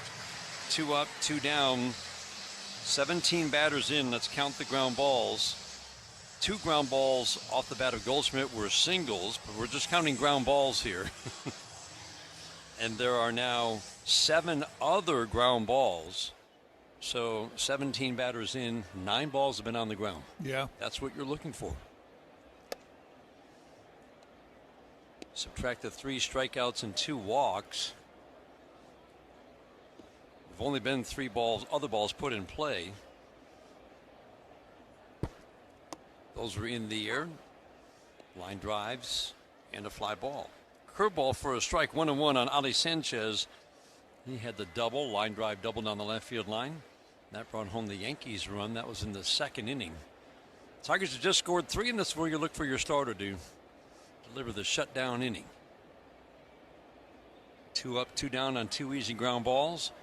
Valdez working third base side of the rubber as he always does. The 1-1 swing and a miss. 94-95. That was a sinker above the belt. 4th inning today is brought to you by Wallside Windows, local and family owned, celebrating 82 years as Michigan's leader in replacement windows. Today's game brought to you in part by Blue Cross Blue Shield of Michigan, the official healthcare provider of the Detroit Tigers radio network. Slight angle for Framber Valdez as he looks for the sign at third base side of the rubber. Then he steps back with the right foot into his motion, delivers a ground ball, a pitch that is grounded foul down the third base line. 1 run, 4 hits for the Yankees. 3 runs, 6 hits for the Tigers. First of 3 with the Yankees. Good crowd on hand. We had 116,000 in the ballpark this weekend. The 1-2. Down and in. Dan Dickerson, Dan Petrie with you. Allende, Zuri, Paul Serra, our engineers tonight. Man, it's just about perfect. 73 degrees, just light clouds in the area. Fireworks tonight on the Detroit River. The 2-2. Change up a little bit low at 90. 3-2 on Sanchez. Have to make this guy put the ball in play or swing. He gave him that 3-2 changeup the last at bat. 3-2, swing and a miss. He got him with the fastball. 4th strikeout for Framber Valdez ends the 4th. Tigers bat in the 4th inning. They've got a 3-1 lead over the Yankees. This is the home of Detroit Tigers baseball, presented by Meyer. There are Austin Slater swings and misses at a slurve that hit him, and he is down on strikes. That's marginally embarrassing.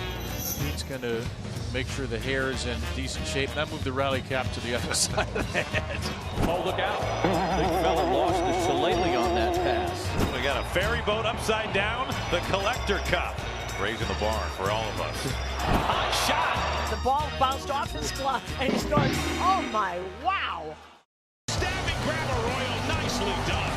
More tremendous defense in this series from Nasim Nunez. Jake Myers, what a catch! Looks like he's played there for years. Not too shabby, young man. 2 Gold Star plays. Back-to-back web gems. Beautiful thing on both sides of the infield now here for the Braves. Back to the warning track and makes the catch up against the wall. It is caught by Davis Schneider. Leaping grab by Meyer. Closing is Mitchell, and he makes the play. The race is on, and Vladdy will win it.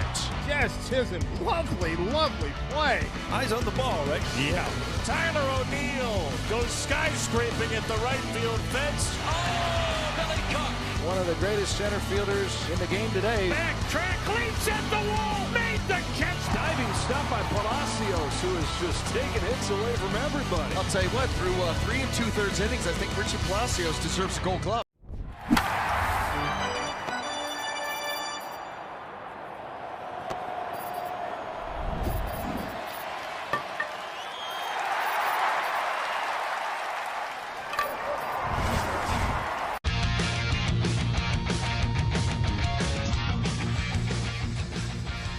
Your lead leads off for the Tigers. 8-9 hitters Lee, McKinstry, and McGonigal.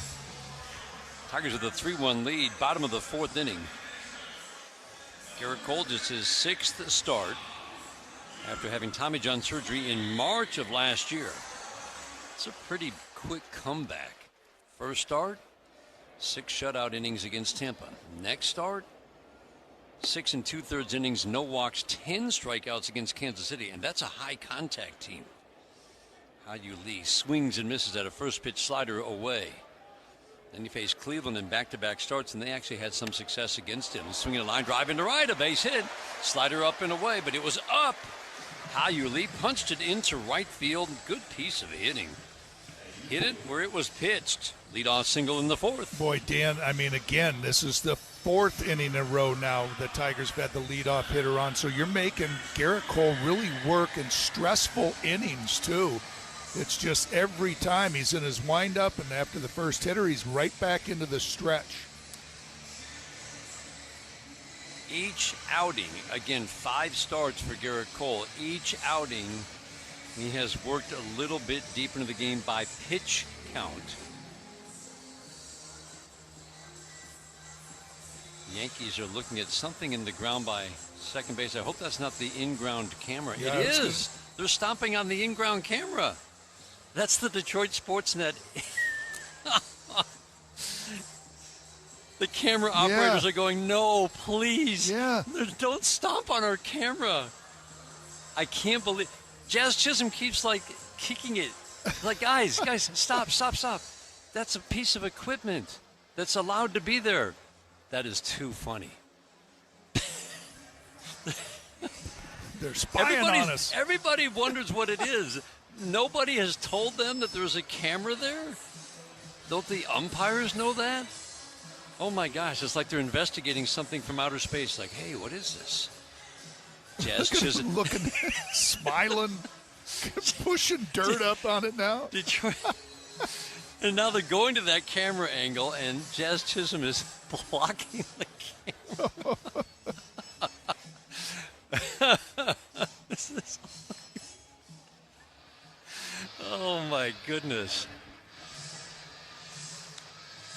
Leave it to Jazz Chisholm to, hey, we should dig this up. This could be something. This could be alien life spying on us. This could be somebody from outside the ballpark spying on us. It's been there for quite some time. And every game they very carefully clean the equipment, dig it up. How do you spot it? Yeah, I mean, it literally, for those of you listening at home, it literally comes up. It's just a little plastic piece, maybe 1 inch by 1 inch, that's out of the ground by 1 inch. And the fact that Jazz Chisholm is being allowed to spend this much time covering it up and burying it is, it's amazing to me. I mean, I'm assuming Detroit Sportsnet got permission to put it there. Major League Baseball, I believe, is the one who approves that. Well, now I think How-Yu Lee next inning should go out there and take all the dirt away from it. Well, he absolutely should. You know? This is an inordinate amount of time being spent on, and now the umpires are talking about it like, well, what should we do? Now, it looks like a little finger sticking up from the dirt. I thought Jazz Chisholm had buried it.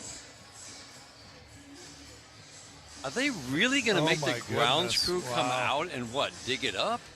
I think they are. I don't get this. I really don't get this. Detroit Sportsnet has a permission, I believe. I don't believe. I know they have permission to put that. It's a camera that just looks directly at second base. We got some of the great shots of the year looking out towards center field on a stormy night here at Comerica Park from that camera. All right, Dan. But well, now they're adding what dirt exactly around are it they doing here? and tamping it down. They're not taking the camera out. They're just making it more flush with the infield. This is absurd. Absolutely absurd. They're not burying the camera. It is going to look exactly like it did before Jazz Chisholm started digging around it with his cleats by the time they get done tamping the dirt around it.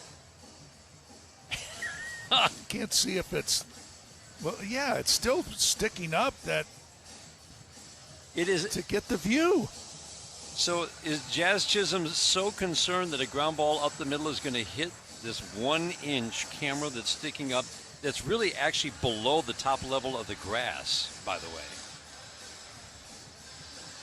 I think this, if I'm Garrett Cole, I'm like, guys. I was thinking the same thing. Guys, you have been making me wait for the better part of 5, 6, 7 minutes now. I really would like to continue pitching. There's no doubt. He doesn't look frustrated, but if you're Garrett Cole, I would be. I'd be seething. Absolutely. Like, come on. My goodness. I'm guessing that Comerica Park isn't the only ballpark where they have a second base cam. I think it comes from Arizona, if I'm not mistaken. I think the owner of the company was here early. The end result is nothing. Yeah. Nothing that is different than when Jazz Chisholm started digging at the camera by second base with his cleats. And he just cost everybody 7 inches of their lives, or 7 minutes of their lives that they will never get back. Now just get a first pitch fastball and put it in the seats. Oh, absolutely. All right, to reset, how you leads at first. McKinstry's at the plate. First pitch from Garrett Cole. Change-up, strike at the knees on the outside corner. Pitch counts are definitely an issue. Not an issue, but they are watching Garrett Cole. Before Jazz Chisholm started digging at the camera, McKinstry takes a pitch outside.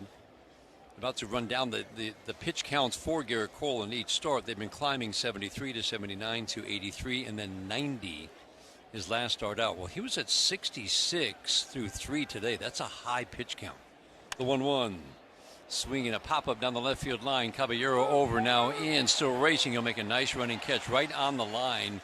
Third base umpire Berto Ortiz says he made it in fair territory. 1 out. And that'll bring up Kevin McGonigal. Long way to go, and you can see the sun shining right off his eyes, right off his face. Able to stay with it. Probably shaded over to left center from the first at-bat from Zach McKinstry. He had a long way to go. So, again, this can be a little tricky. You got shadows going out into shallow left field, bright sunshine in center and in left. This is when Matt Buehling said it was a little tough to pick up the ball coming out of the shadows. Check swing and a pitch up. And this is going to be challenged, I think, by Ali Sanchez or by Garrett Cole. Garrett Cole challenged. Yeah.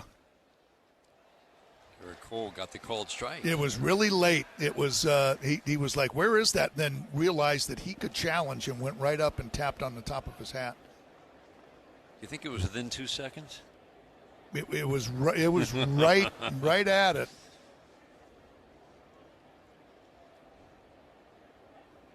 He flips over to first to drive Hao-Yu Lee back. Tigers with really good at-bats all day long against Garrett Cole. 3 runs on 7 hits now. This begins the 3rd trip through the order for the Garrett Cole. We got to go with a single and a bounce out. The bounce out produced a run. The strike 1. Changeup. Perfect. Down and away. Got good movement to it also. Really nice. Starts maybe middle of the plate, maybe even inner half of the plate. And then dives down and away. McGonigal came in hitting .283, 6 home runs. 0-2, a swinging line drive. Fair down the left field line. Bounces off the stands. Hao-Yu Lee is being waved around third. Heading home. Throw to the plate. Way off left line. Lee scores. Over to third goes McGonigal. Line drive double down the left field line. Joey Cora with the aggressive send. Tigers take a 4-1 lead. That fastball, we've seen it all game long, up and out over the plate. The Tigers not trying to do too much, but go with it. Kevin McGonigal shoots it down that left field line. Caballero, I think, couldn't believe that Hao Yu Lee was going to be sent, and he came up and held the ball. Wow. And then realized, oh, no, I got to throw it home, and ended up throwing it away and having Kevin McGonigal get into third. Looking at that view from the outfield, looking in behind Caballero, infield in tight for Dylan Dingler. First pitch, swinging a pop-up. On the infield, Jazz Chisholm will go back and make the catch. One step onto the outfield grass. It was almost like looking from bright sunshine into shadow. He just didn't see what was going on right away. But it was very unusual for him to hold it. And that might have been it. He might not have seen anybody, in the dark uniforms that the Tigers are wearing. Sounds funny, but that's how looking in from left field, you could see that might have been a problem. Yeah. Infield now can back up. Runner at third, 2 outs for Kerry Carpenter. Infield single and a line out. He's had 2 good swings in this game against Garrett Cole. 4-1 Tigers, ground ball chopped to first, big hop. For Goldschmidt, underhand flip to Garrett Cole covering the bag. Kevin McGonigal, big 2-out double down the left field line. An aggressive send gets Hao Yu Lee home. We played 4. The Tigers have a 4-1 lead on the Detroit Tigers Radio Network, presented by Meyer. Baseball is back in the D, and it's time to bring the bliss to game day.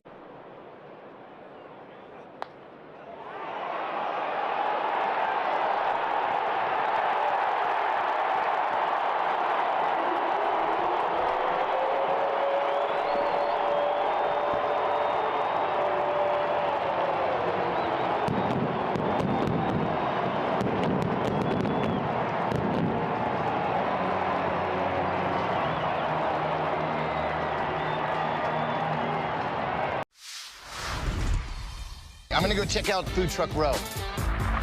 So, what did you guys get today? Philly cheesesteaks. Both of you got the same thing. Are they that good? Oh, yeah. Got a hot dog and some fries. Just kind of basic ballpark. Chicken bacon sandwich. Uh-huh. Philly cheesesteak. Okay. And some... Crinkle cut fries. Okay, where are you guys from? We're from Dallas. Dallas. That's what's fun about baseball. It brings different regions together, not just the ball and glove and bat, but what we're eating. All your favorite games from MLB Play are back, bigger, bolder, and better than ever. Test your skills with daily puzzles like MLB Pickle, the Ultimate Mystery Player Challenge, and Immaculate Grid, where stats and strategy collide. Then in Spinball, build your roster, take on your friends, and compete for the weekly prize. Or be the first to beat the streak and hit your way to the $5.6 million jackpot. Plus, the all-new Daily Walk-Off. Lock in your players by category for the walk-off win. The game's official home for games is MLB Play, only on the MLB app and MLB.com.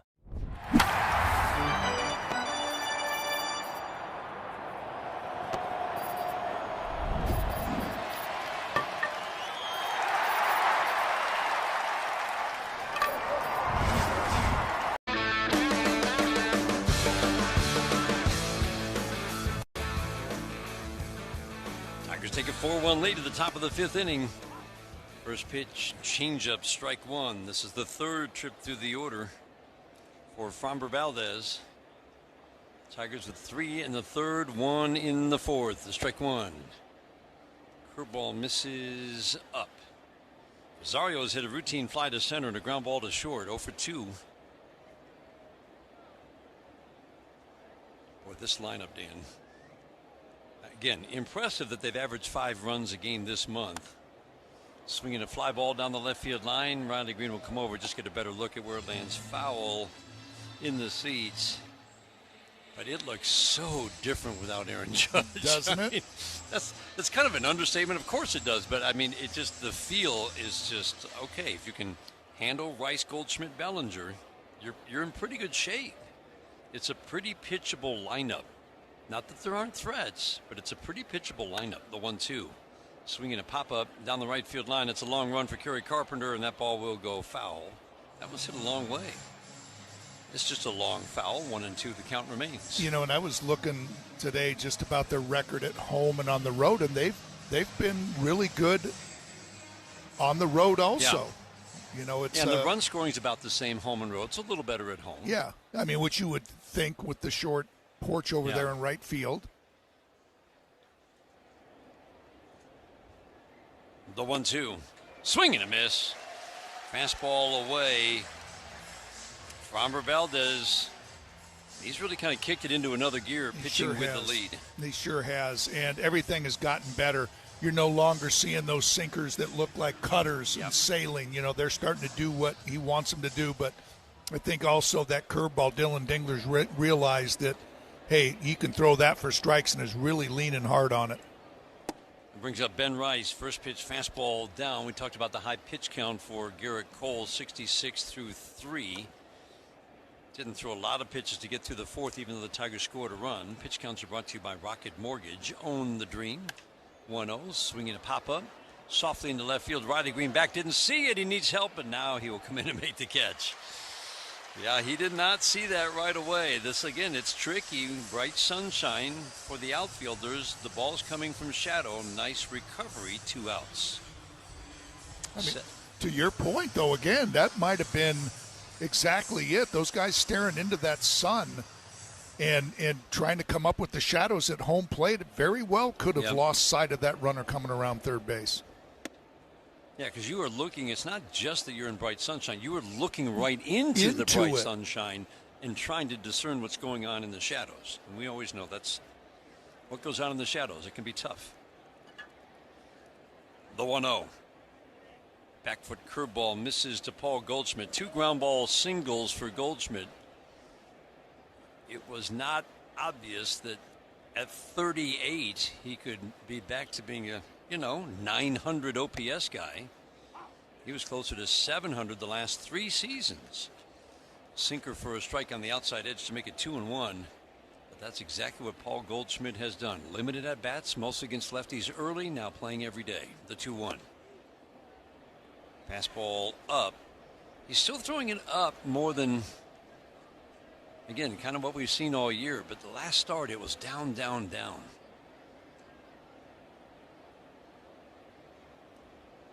I think he doesn't want to give up another ground ball single to Goldschmidt. The 3-1.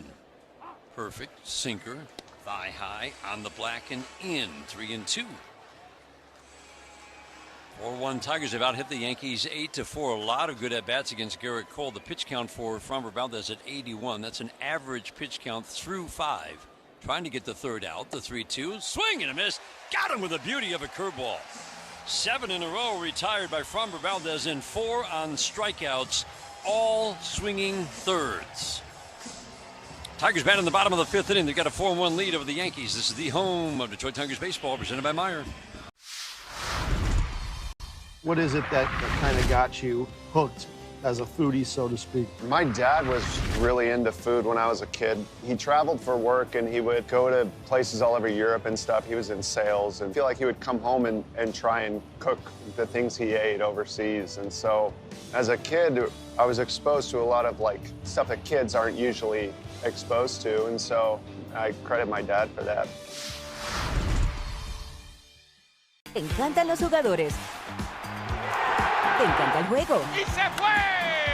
Ahora puedes ser el dueño de grandes momentos del béisbol. MLB Auction te permite participar en la subasta de bates, bolas, jerseys autografiados y más, con artículos de tus equipos de grandes ligas favoritos, leyendas y jugadores agregados toda la temporada. Cada artículo es autenticado por MLB para asegurar que lo que llega directamente a tu hogar es original. ¿Quieres una parte del juego? Visita auctions.mlb.com.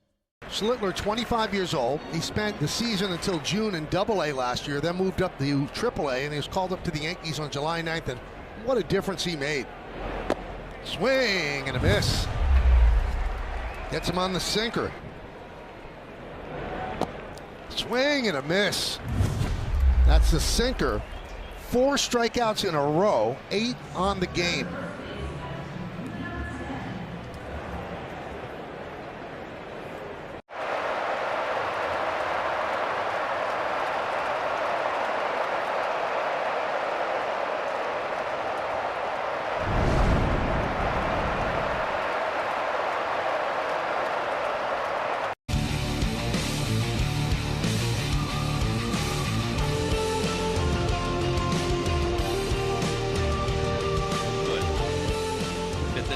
by Reagular. All they do is win. Riley Green leads off. First pitch from Garrett Cole. Changeup away. 4, 5, 6 hitters. Green, Torkelson, Colt, Keith. Riley swings at a changeup, fouls it out of play. Torkelson led off the second inning with a double to the gap in left center. One hopped the wall and never advanced past second. Garrett Cole dialed it up. Struck out Keith, Outman, and Lee. Blew away Keith and Lee on fastballs. The 1-1. Swing and a miss, fastball in. And then, Dan, the Tigers started to hit the fastball. McKinstry with a triple to the left center field gap. McGonigal got him home with a bounce out. The 1-2. In the dirt, check swing. Did he go? He did not. Ooh, I think he might have gotten a break. Yeah, he broke off that knuckle curve of his, and after a fastball in the inside part, and Riley maybe just barely held up. Tigers with 2 outs, bases empty. Scored 2 in the third inning. Carpenter infield single, Green walk. Riley fouls it back to the screen, and then RBI hits from Torque and Keith. 3-1 lead, and then last inning, good swings. Hayu Lee single to right on a slider, up and away. And then Kevin McGonigal with 1 out, doubled down the left field line on a fastball. The 2-2. Swinging a fly ball right center field. This one's deep. This one's way back and gone. Wow, that one just kept going. Oh man.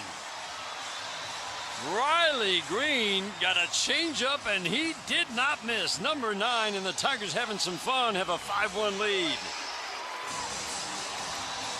Yeah, that was that one that just came, that changeup, and Riley had that big uppercut swing, got underneath it, and man, that was hit so high. Garrett Cole knew it immediately. Didn't even watch it, just turned around and went, man, that's going to go a long way. How about these swings against Garrett Cole? Bullpen busy. Pitch count into the low 80s in the 5th inning. Season high for Cole coming off Tommy John has been 90. The strike 1. Torque swings, pops it up, foul and out of play. Line drive double and a line drive single for Torque in this game. Boy, he had a pitch right there that he could have hit. Yeah, I think he was a little frustrated. Yeah, slider right there in the middle. The 0-2. High and tight, pulls the hands in. 108 off the bat of Riley Green, and it went a projected 422. Riley just likes to remind you every now and then that I've got some pop. Man. Because he hits the longest home runs. What is the challenge? And when did it come? Call confirmed. Was that Garrett Cole? I didn't see the catcher. Yeah, AJ's going to go out because... That was awfully late. I mean, they've lost their challenge, so I guess that's fine. Are the Tigers challenging the challenge?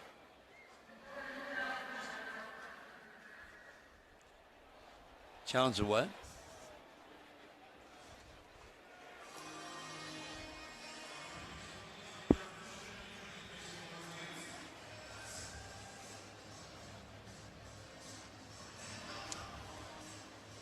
Yeah, challenging catcher interference. That's why I missed the challenge by Sanchez. Is very subtle. And it's on the check swing. Does that really count as catcher's interference on a check swing where your bat barely tips the glove? Yeah, I think it's... Doesn't? Yeah. Is it? I mean, he's already stopped his swing. Yeah, he's stopping, not going out.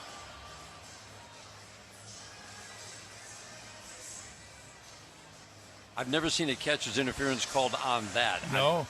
I'm guessing the rule says it's catcher's interference, but he'd already stopped his swing, and then the last 2 inches of momentum caught the very outside, softly, of the catcher's pocket. Doesn't seem like that should be catcher's interference. If they call it, I'm not going to argue. But usually it's a full cut, and you see contact, and it affects the swing. Can it affect a check swing? I don't think so. But I haven't looked at my catcher's interference rule lately, Dan. No, I know this has happened before. They're showing it over and over. I mean, there was contact. Yeah. But again, think Torque starting his swing, he has literally stopped it parallel with the plate. Sanchez is reaching up to his left, and there is just the slightest of contact at the end of a check swing. The bat wasn't going any further, and it's almost like Sanchez reached into the bat. The umpires aren't exactly sure either. They're talking this over a long time.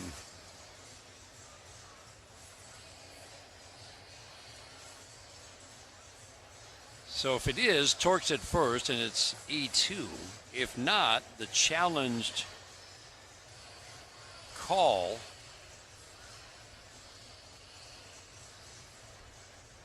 they did challenge a call, right? And they are out of challenges. Boy, Garrett Cole again is just standing out there long periods of time. I'm Garrett Cole. I'm not real happy with how this game has or has not progressed the last couple just of look innings. look at the look on his face. He's just like, come on, let's go. Maybe they're talking about the camera at second base. They're like, you know, guys, did they really do the job they needed to do on the camera by second base? I think Jazz is still a little concerned about it sticking up an inch in front of second base.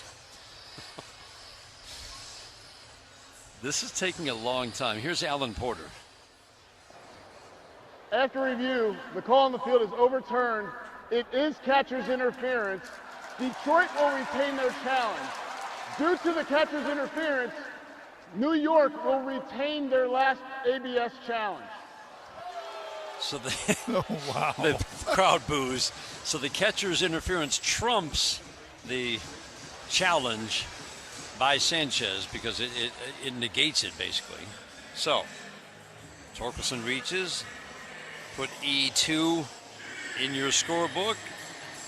Blackburn and Yarborough warming in the Yankees bullpen, and you'd think this has got to be the end. Yeah, I was going to say it's going to be pretty quick. Two lefties coming up. Keith takes a pitch up and away. Seemed like that wouldn't have been a bad moment to make the switch with two lefties coming up. The 1-0. Swinging a foul out of play. 1 ball, 1 strike, fastball away. Colt Keith on an 0-2 got a fastball middle, and he did not miss. Last time up, line drive single, produced the 3rd run of the 3rd.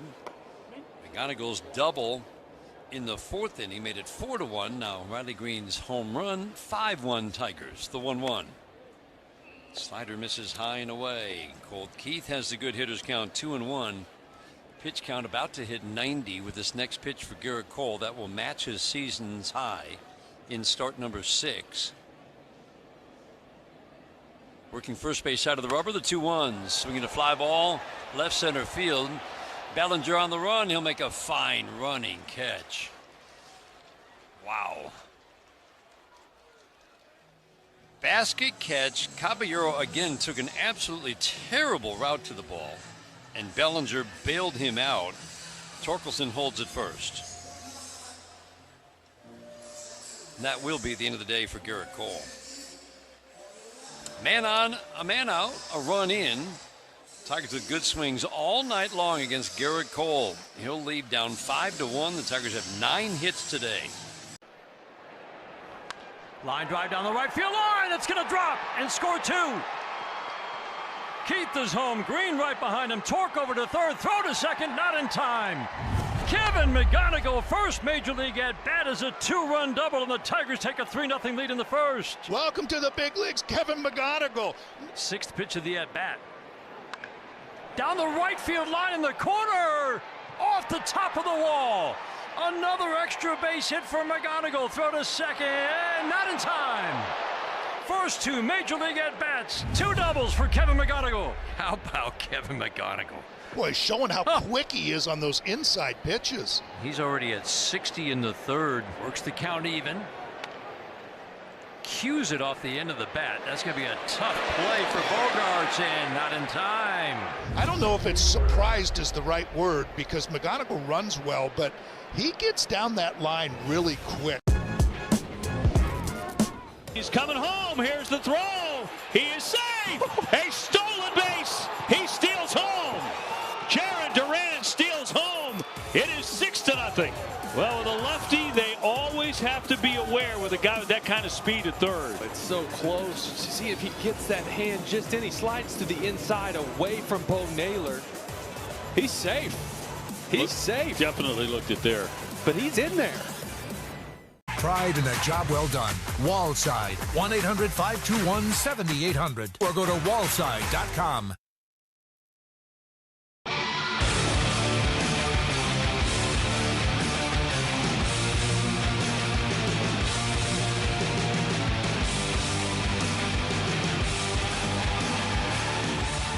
Change brought to you by the Sam Bernstein Law Firm. Paul Blackburn, long time with Oakland as a starter, then to the Mets, and now with the Yankees.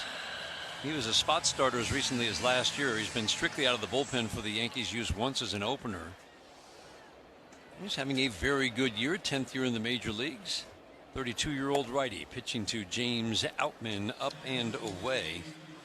We were looking at the rule on catcher's interference during the break, because we're still trying to figure out on a check swing how you can call catcher's interference. 1-0, curveball low, and James Outman will challenge. There we go. Challenging the strike call. Challenge a curveball, and he's going to be right. First time the Tigers have challenged a curveball today. And that was a big miss. Overturned. Detroit has 2 challenges remaining. 2-0, they count on Outman. So the rule says if a catcher is judged by the umpire to have hindered the batter in any way during his swing, the catcher or fielder will be charged with interference. Swing and a miss, cutter up, and so the question becomes, can you interfere with a check swing? And I think it's a judgment at that point. Is like, okay, was it a full swing? Was it a check swing? I mean, he clearly and checked it's his swing. But it's just, hey, it's catcher's interference. Yeah. So I don't see. To me, that's not catcher's interference. Not in the sense of the rule or why the rule not was by the in letter there. of the law. Right. It doesn't. Did he interfere with the swing? And the answer is no. And you can actually, if the ball is put in play, you can actually take the result if you like the result. The 3-1, change up, swing and a miss. 22nd appearance of the year for Paul Blackburn. 34 innings of work, and Dan, he's been very good. Yeah, and he's also given him a little length, has tossed 2 innings in 8 of his last 17 outings. They're going to need some. 3-2 changeup. Well, you can see the changeup is a big weapon for him. Back-to-back changeups to strike out James Outman. 3rd strikeout for Outman tonight. 2 outs, a man on first. Torkelson reached on catcher's interference. If you missed it. And now Hyu Lee. Line drive single to start the 4th inning. The Tigers' leadoff man has been on in each of the first 5 innings. I'm going by memory, Dan, which can be tricky, but I'll venture a guess that that's the first time, maybe this year, that the first batter has reached the first 5 innings. Yeah. I mean, that's... We don't need anybody to look it up. We'll just go with that. But, I mean, it's just so impressive and just makes the starting pitcher work. Line drive to right field, softly hit. Dominguez will come in. Make the easy grab. Hyu Lee tried to dunk another one into right field. Dominguez makes the catch. Tigers widen the lead. They scored in each of the last 3 innings. Riley Green's 9th home run of the year. We head to the 6th inning. 5-1 Tigers on the Detroit Tigers Radio Network, presented by Meyer. I want to see what JJ does in these spots. Down 2 strikes. In the air center. Mullins on the run. Still going back. JJ Weatherholt homers in his debut.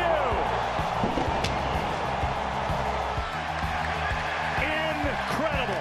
Just goosebumps right now at Busch Stadium. You could not have written that any better. 0-2, dead center field, 425-foot shot. My goodness. How fast can you fall in love, St. Louis? Well, this is a World Series card. Everybody said, you know, what's it going to be to pitch against Sandy Koufax, who's a dominant pitcher? I said, I hope I don't embarrass myself. And I didn't. You know, pitched my first shutout ever. We won 6-0, and my parents were there. My mom was afraid of heights, so she was in the upper deck. She had to come down and trade seats with somebody so that she could actually watch her 20-year-old son pitch a shutout in the World Series.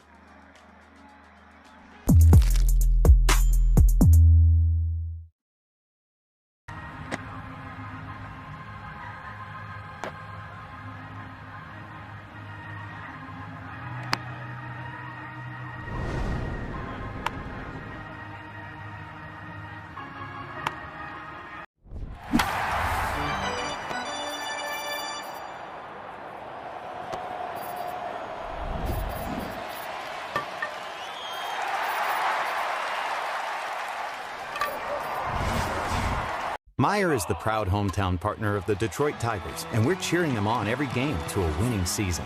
Home is where your team is, and our home is right here in Detroit.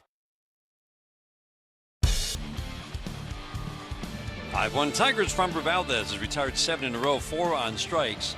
Cody Bellinger swings and hits a high fly ball to center field. James Outman to his left will stop, make the catch about 2 steps shy of the warning track and straightaway center. Good swing for Cody Bellinger. It's the first out of the 6th inning. Let's pause for station identification on the Detroit Tigers Radio Network.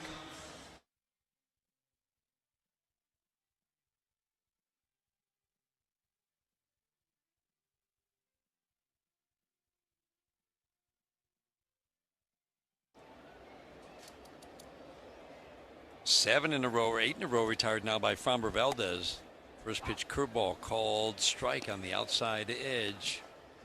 Anthony Volpe at the plate wanted to challenge. They have a challenge left now, but he didn't have the courage of his convictions. Jim Wolf loves his curveballs tonight. The strike one, curveball down 1-1. Framber threw that curveball too and just almost followed it in, just looking at it like, come on, that's a strike. Go ahead and call it. Give me that call. Yeah. Anthony Volpe has bounced into a forced line drive single to right. Again, much better against lefties. Slightly close stance, knees flexed. Holds the bat up and away from the right shoulder as he cocks the bat over it. Swings and misses at a changeup down. Check some scores from the 1-800-CALL-SAM Studio scoreboard. Brought to you by Meijer, the official grocery retailer of the Detroit Tigers Radio Network. Kansas City with a 2-1 lead over the Rays. That game's in the top of the 6th inning. The 1-2. Curveball bounces. 2 balls and 2 strikes. Yankees 2-game lead over Tampa to start play today. Toronto still below the 500 mark, 8.5 back. Texas 2-1 over Miami. That game's down to Miami in the bottom of the 5th inning. Minnesota Cincinnati scoreless in the 4th. The 2-2 swinging a line drive foul into the seats well down the right field line. Start of play today. You look at the American League. How many teams with a winning record? The number has been unchanged for several weeks now. The number is 5. 5 teams in the American League with a winning record. The 2-2. Change up outside. 6th pitch of the at-bat is ball 3. Now the pitch count for Valdez is climbing in the Tiger bullpen, beginning to stir.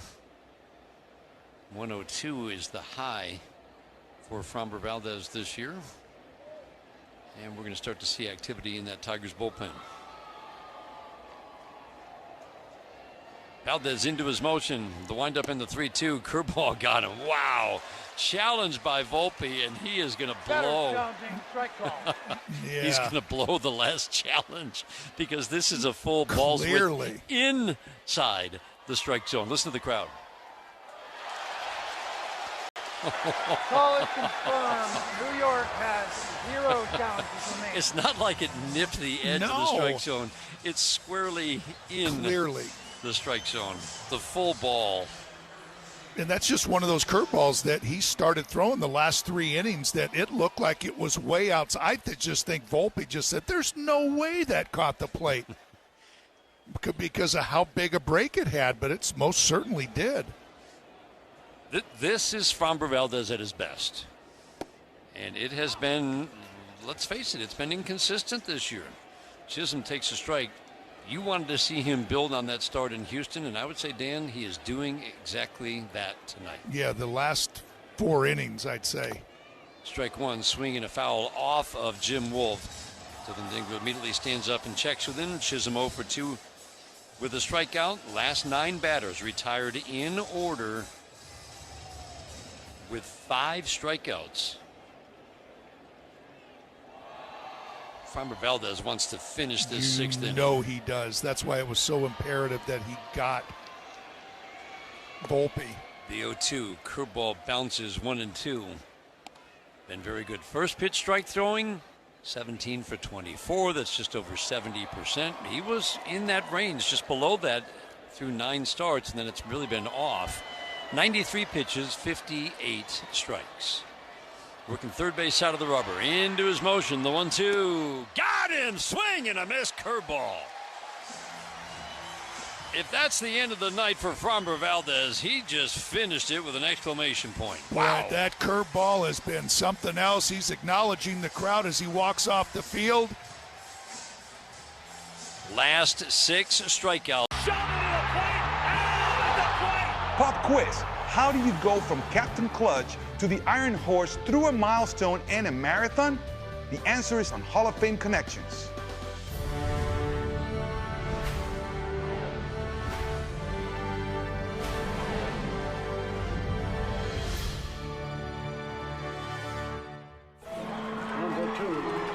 The captain, Derek Sanderson Jeter, is one of the winningest players in Major League history. He was wearing these very batting gloves when he notched one of those most memorable hits, the 3,000th of his career. Are we supposed to spit in them like they do the batting gloves? No spitting. This is a non-spitting museum. 3,000!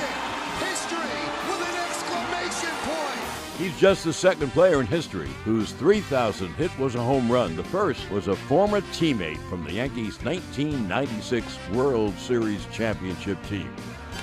But before he began his Cooperstown-bound career, Boggs would cross paths with another future Hall of Famer.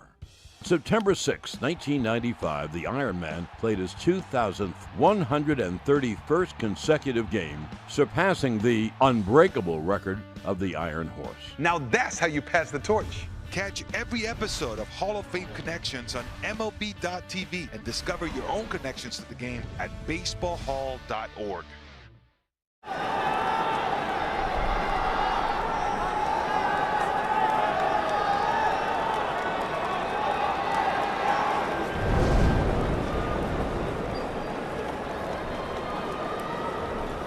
Refreshing, flavorful, and easy drinking IPA.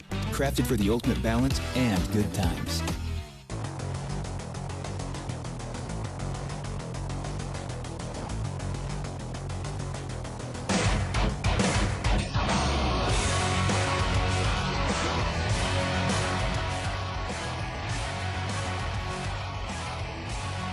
One Tigers, bottom of the 6th inning. Zach McKinstry at the plate. First pitch, swing and a miss. Good cutter from Paul Blackburn. 9-1-2 hitters. McKinstry, McGonigal, Dingler. Kevin McGonigal with 2 hits tonight. Couple of RBIs.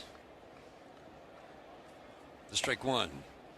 Cutter misses high and away. Zach McKinstry, big triple, Dan, after the Tigers had their first 2 on in the 1st and 2nd innings. A single for McGonigal, didn't advance past first. Torkelson started the 2nd, didn't advance past 2nd. McKinstry's triple started the 3-run 3rd inning. Curveball away, and again, no challenge by the Tigers batter. These are all outside the strike zone by quite a bit. We saw it with Cole, we're seeing it with Blackburn. The 1-2. Ground ball softly to second base. Jazz Chisholm will field the knee-high bounce, an easy flip over to first. But that McKinstry triple off Cole to start the 3rd inning really ignited the Tigers. Well, the other thing, too, is I just think about when Javi Baez was going good out of the number 9 spot, that really helped as the lineup flips over. You get Zach McKinstry doing what he's been doing the last couple of games, just like that, out of that 9 hole, you know, as that lineup's flipping over. I mean, that's just a valuable spot, that number 9 hitter. 2 walks on Saturday. 1 fueled a rally. 2 hits in the game yesterday. 1 drove in a run. Kevin McGonigal takes a ball 2 for 3 for McGonigal, the 1-0. Swinging a fly ball softly into right center. Dominguez will come in and make the catch. Had a lot of topspin, just a little humpback liner. But Blackburn, he's listed with throwing 7 pitches. Now, 2 of them he doesn't use all that often, but man, that's for a guy coming out of the bullpen to have that many pitches, and he's featuring them all right here. He's mixing it up really good. 6th inning is brought to you by the Jack Demmer Automotive Group. Going to experience the Demmer difference. Fastball up and away to Dylan Dingler. Strikeout updates brought to you by Carbless, the official ready-to-drink canned cocktail of the Detroit Tigers. Assuming Framber Valdez's night is done, we didn't see him get the handshake, but he's got to be done. He's at 94 pitches. 8 strikeouts in 6 innings. Swing and a miss. Good sinker. 95 down. Boy, if you can throw all your pitches coming out of the bullpen, one-time starter, really first time he's been full-time out of the bullpen, this is a real weapon for the Yankees. Doesn't get a lot of swing and miss, but clearly a lot of soft contact. The 1-1 fouled over by the Tigers dugout. 1 ball, 2 strikes. Dingler 0 for 3 today. Dingler's 0 for 3 today, Dan. That's a problem. I was going to say, just when you least expect it. He has had an incredible month. Waiting on a 1-2, swing and a miss. Sweeper got him. And Blackburn has come in and settled things down. He has faced 5 batters, retired all 5, 2 on strikes. We played 6 at Comerica Park. First of Why is that person holding a Keith Hernandez card in their hand during the game? Are they waiting for you? I never cared for that particular pose right there, to be honest with you.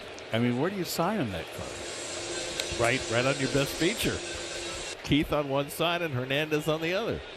I can only sign it on the Bohunkas, though. Oh, that's a lovely signature. Right across the bow. Look at that. It's like a tattoo.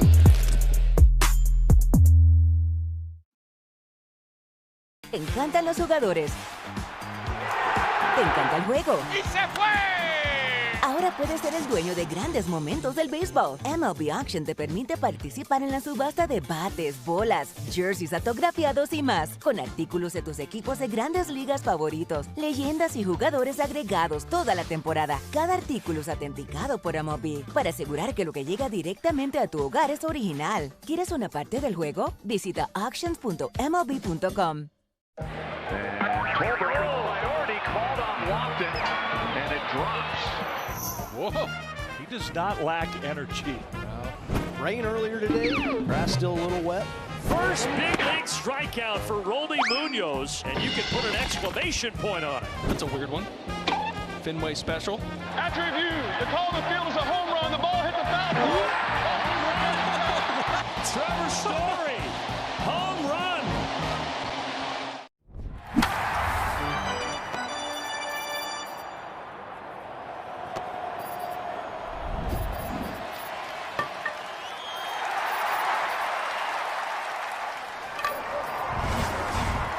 And our home is right here in Detroit. Last year with a little bit of power. The year before, lefties hit 120 in 133 at-bats against Yarborough, the 3-0. Fastball middle. 422-foot home run for Riley Green was his 9th of the year. That was in the 5th inning. That was the 5th run off of Garrett Cole. The bullpen has come in and settled things down. Blackburn did a really nice job. The 3-1. Outer edge for a called strike. Perfect cutter. 3-2.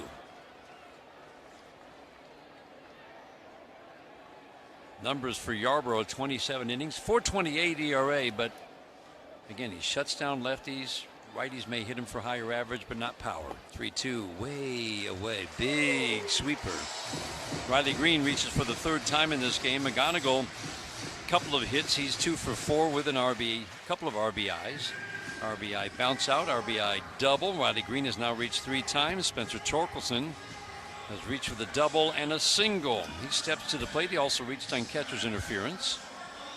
Cole Keith has had 2 hard hit balls, 1 for 3, including an RBI single. Tork's putting together some really good at-bats last 3 days. First pitch. cutter. Perfect. Backdoor, strike one. Yes, it was.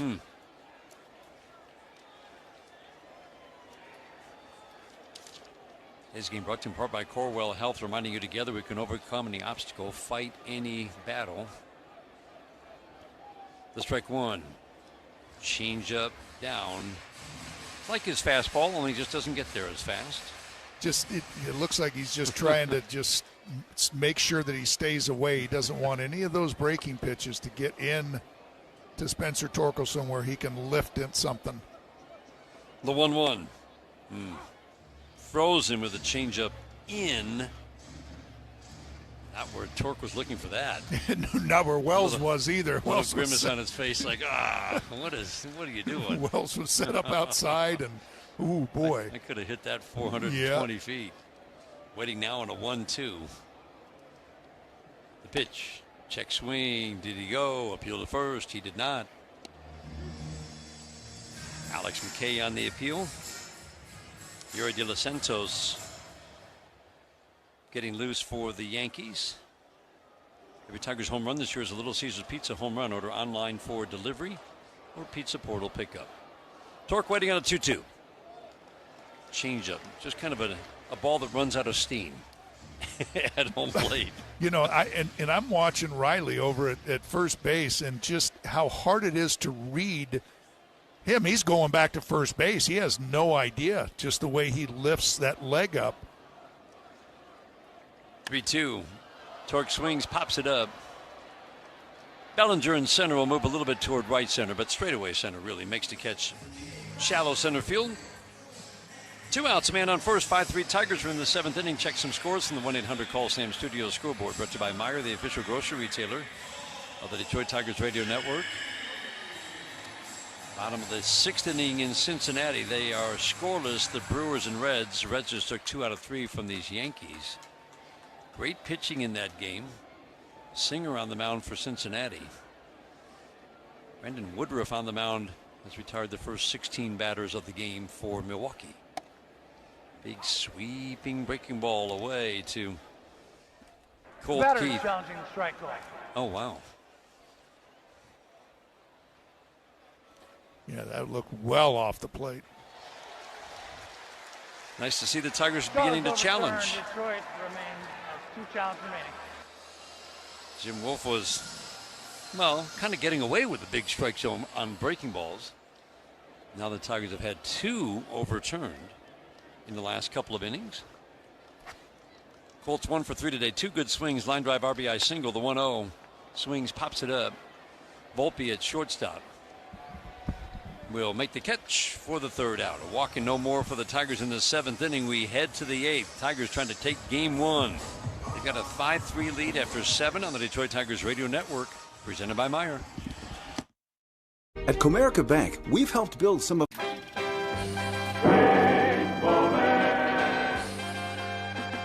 There's a shot deep to left. Way back. Kiss it. Goodbye. Home run for Andre Dawson. It's across the street, and the scramble is on. And it looked like the mailman got it. Andre Dawson delivering the mail, and the mailman getting the baseball. And you better not mess with the U.S. mail.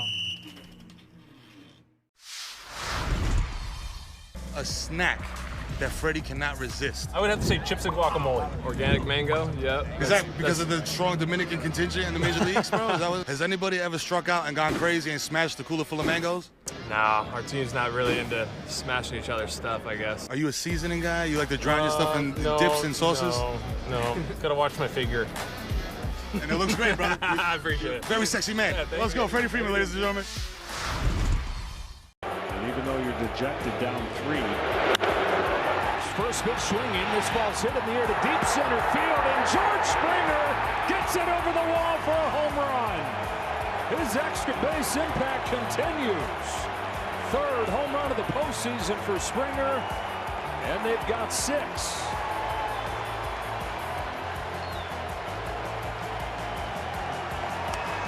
Fastball outer 3rd up. He's ready for it.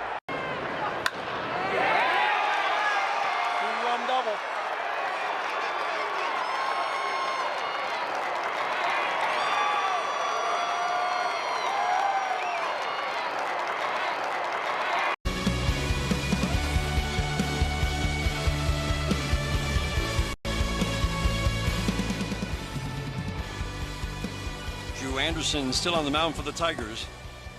First pitch, swing and a miss. Really tight slider. Drew Anderson loves stealing first pitch strikes with his curveball. I like that to start the at-bat against Paul Goldschmidt. The strike one, swinging a foul out of play, up and away. Matt Bierling's in right field now after pinch hitting for Kerry Carpenter. This was his workout buddy in St. Louis this winter, Paul Goldschmidt. And he just, first time he'd really worked out with Goldschmidt in the offseason, he just loved it. Swing and a miss. There's the changeup. Yep. Paul Goldschmidt really helping him with his approach, with his thought process and his day-to-day routine. Paul Goldschmidt's had a big comeback season at 38.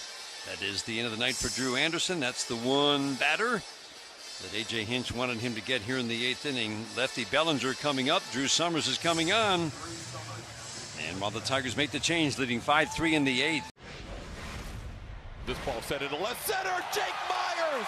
What a catch. What a catch by Jake Myers. He had a long way to go. 7 innings, no earned runs, 3 hits, 9 strikeouts for Nolan McLean. What an outing. Gone! Pete Crow Armstrong with a home run down the line. Pete Crow Armstrong has now homered in all 3 games this series.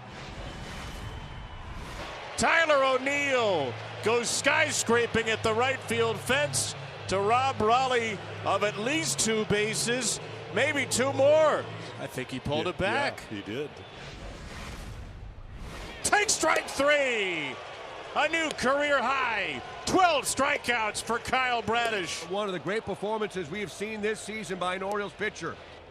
Puedes ser el dueño de grandes momentos del béisbol. MLB Auction te permite participar en la subasta de bates, bolas y jerseys autografiados, con artículos de tus equipos de grandes ligas favoritos, leyendas y jugadores. Visita auctions.mlb.com.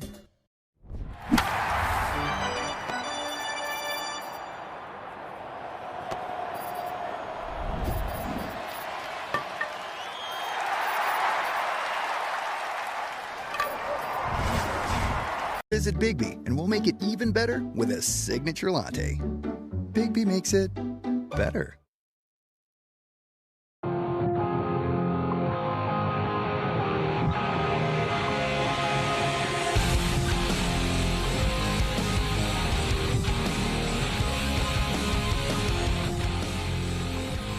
Pitching change brought to you by Southeast Michigan Ford dealers. Pitching change brings Drew Summers into the game. Cody Bellinger hits lefties at the plate, and he hits a routine ground ball to first. Torkelson flips to Summers. That's an easy 3-1 put out. Bellinger, again, he is tough on lefties. But Dan, Drew Summers is maybe not so quietly. He's becoming a force in this bullpen. He kind of announced himself in yesterday's game like he'd been pitching pretty good, confident, economical like that. Just 1 pitch here, 1 pitch there to get Yordan Alvarez out. But, I mean, yesterday coming in, facing 3 hitters and striking out the side. All lefties, all swinging. As A.J. Hinch said, this is a tough look for a lefty. Anthony Volpe takes ball 1. But he's throwing with so much more confidence, and that's what he wanted to do. Last year he was not confident, but he is this year. Soft ground ball, deep third, fielded along the line by McGonigal. He'll throw to first, and not in time. Did everything right. Anthony Volpe got down that line in a hurry. Man, how about that pick by Spencer Torkelson? Man, that was the thing of beauty. Oh, my goodness. Again, he got him to bounce it in the dirt right by home plate. McGonigal could only do one thing, wait for the high chop to come down. The Tigers are challenging. Yeah, boy. Detroit is challenging the safe call at first base. Nope. It's bang bang. This will not be overturned. I was going to say, I don't think there's enough to overturn it. Backhanded pick on the bounce by Torque. Boy. This is almost exactly like Jahmai Jones's last night. If you saw Jahmai Jones yesterday, I would say this is as close to a duplicate as you can get. Yeah. Which is to say that the foot of Volpe hits the bag, his cleat hits the bag, and the ball is an instant from hitting the leather in the pocket of Torkelson's glove. Good challenge, but this will not be overturned, shouldn't be overturned. After review, the call on the field is confirmed. The runner is safe. Detroit will lose their challenge. Call confirmed means that there was visual evidence that the call was correct. When the call stands, it's like, we don't know. And again, given that we've seen some really close calls gone the other way, incorrectly called, I'm glad they're getting it right. Yeah. It certainly helped the Tigers yesterday. I was a little worried they might overturn the Jahmai Jones play at first. Yeah, we all were. Because we'd seen it. This will be an interesting at-bat here, too, with Drew Summers' breaking ball that he throws. Fromber threw some wicked curveballs to Jazz Chisholm. Let's see about this slider. First pitch sinker away at 95. AJ talking about Drew Summers on the pregame. He said with him and how you lead, there's a confidence that comes with having come up here, maybe struggled, maybe had some success, gone back down, and then come back. The 1-0. Swinging a foul. Fastball in. Low arm angle. It's not a comfortable at bat for a lefty. He said, nobody wants to go back to the minors, but when you do, you realize the game's not that much different. I was going to say, it's like, wait a minute. I can do this. That's right. And Drew Summers, the confidence is just growing because he is throwing strikes. The 1-1. Line drive off the glove of Summers. It'll trickle to short, and there will be no play. Don't think it hit his body. I think it hit his glove, Dan. What do you think? Yeah, I thought it was softly hit. It was off his glove, yeah. A.J. Hinch going out, and he's going to make a change. Thought he was coming out to check on Drew Summers, but nope, that'll be the end of the day. Jam job, softly hit, and because it was so softly hit, Drew Summers thought he was catching a ball that didn't get there and went off the outside of his glove. So, single, puts a couple of men on. To be on a card is really humbling, but also to be able to create cards. Never in my wildest dreams would I have imagined that this opportunity would come to me. But I always say, if you stay ready, you don't have to get ready. I was ready for this moment to be able to create these cards to the best of my abilities and do this project justice. And so I'm super proud to be creating cards. If you asked me when I was playing in 2017 or 18 if that was going to be a thing, couldn't have imagined. Vargas 1 for 3, 1-0. Vargas hits it deep to left center. This one's got some carry, and it's gone. Eldemaro Vargas gets one back. Well, you're the DH. You're supposed to be the hitter, and he's been hitting a single and a run scored in the second, and a 2-out homer, the 7th, his first of the year. That went 431 feet. 109 miles an hour off the bat. That's a momentum breaker right there. He's the ultimate argument for the 26-man roster.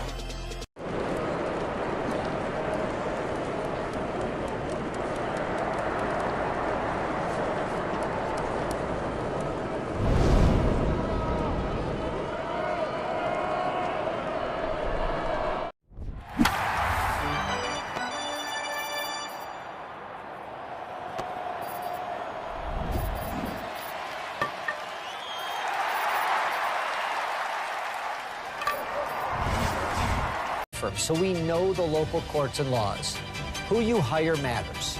Call 855-MIKE-WINS. Tying run in the form of Jazz Chisholm is on at first base, and he runs extremely well.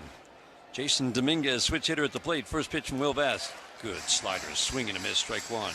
Pitch and change brought to you by your Southeast Michigan Ford dealers. Yeah, Will got the win yesterday. Gave up that run in the extra innings, that extra runner through 16 pitches. This is 3 out of 4 for Will, but this is kind of that time when you have to win every game. Fastball, strike two. Down and away in the perfect spot. Dominguez hitting .240 in his limited at-bats, 0 for 3 today. Bounced out twice against Framber Valdez. Routine fly ball to center off Drew Anderson in the 7th. No balls, 2 strikes. The pitch. Swing and a miss. Got it with a fastball. Wiped him out. 97 shoulder high. Dominguez strikes out. And Will Vest strands 2. Head to the bottom of the 8th inning, 5-3 Tigers. This is the home of Detroit Tigers baseball, presented by Meyer. The first thing people realize is the history of Montgomery, and that history is real. So while that history is in the past, it also helps us move forward in a positive way. Just like a lot of other of the 120 minor league teams, is, you know, the baseball is not what we do, right? The Tampa Bay Rays do a phenomenal job of sending amazing athletes here, and we let them handle the baseball, and we handle everything outside the line. We're talking about power. We're talking about bling. This is the stuff that puts people in the seats. Ruth's adoring fans pitched in to gift a crown fit for the home run king. How come the fans didn't, put something together for me? They gave you a nice round of applause. It's a good job, Carlos. That man is 42 years old. I'm only 22. Until that man stay on that mound, nobody gonna take me out of this game. Okay, let me see what I can do about it. Right now, I feel like I can go over there and go placata right now on the field just because I held this batter, Willie Mays. I'm not giving it back to you. You need it back? To get back. Okay, you can continue talking. And you're just going to hold on to it? Yeah. Hammer and Hank became baseball's all-time home run king. Hank Aaron flipped the bat, pointed to the outside, and said, placata. Every single Triple Crown winner has been inducted into the Baseball Hall of Fame. So it looks pretty good for Miggy. Just saying. Go to baseballhall.org to plan your visit to the National Baseball Hall of Fame and Museum in Cooperstown, New York, and catch every episode of Hall of Fame Connections on MLB.tv.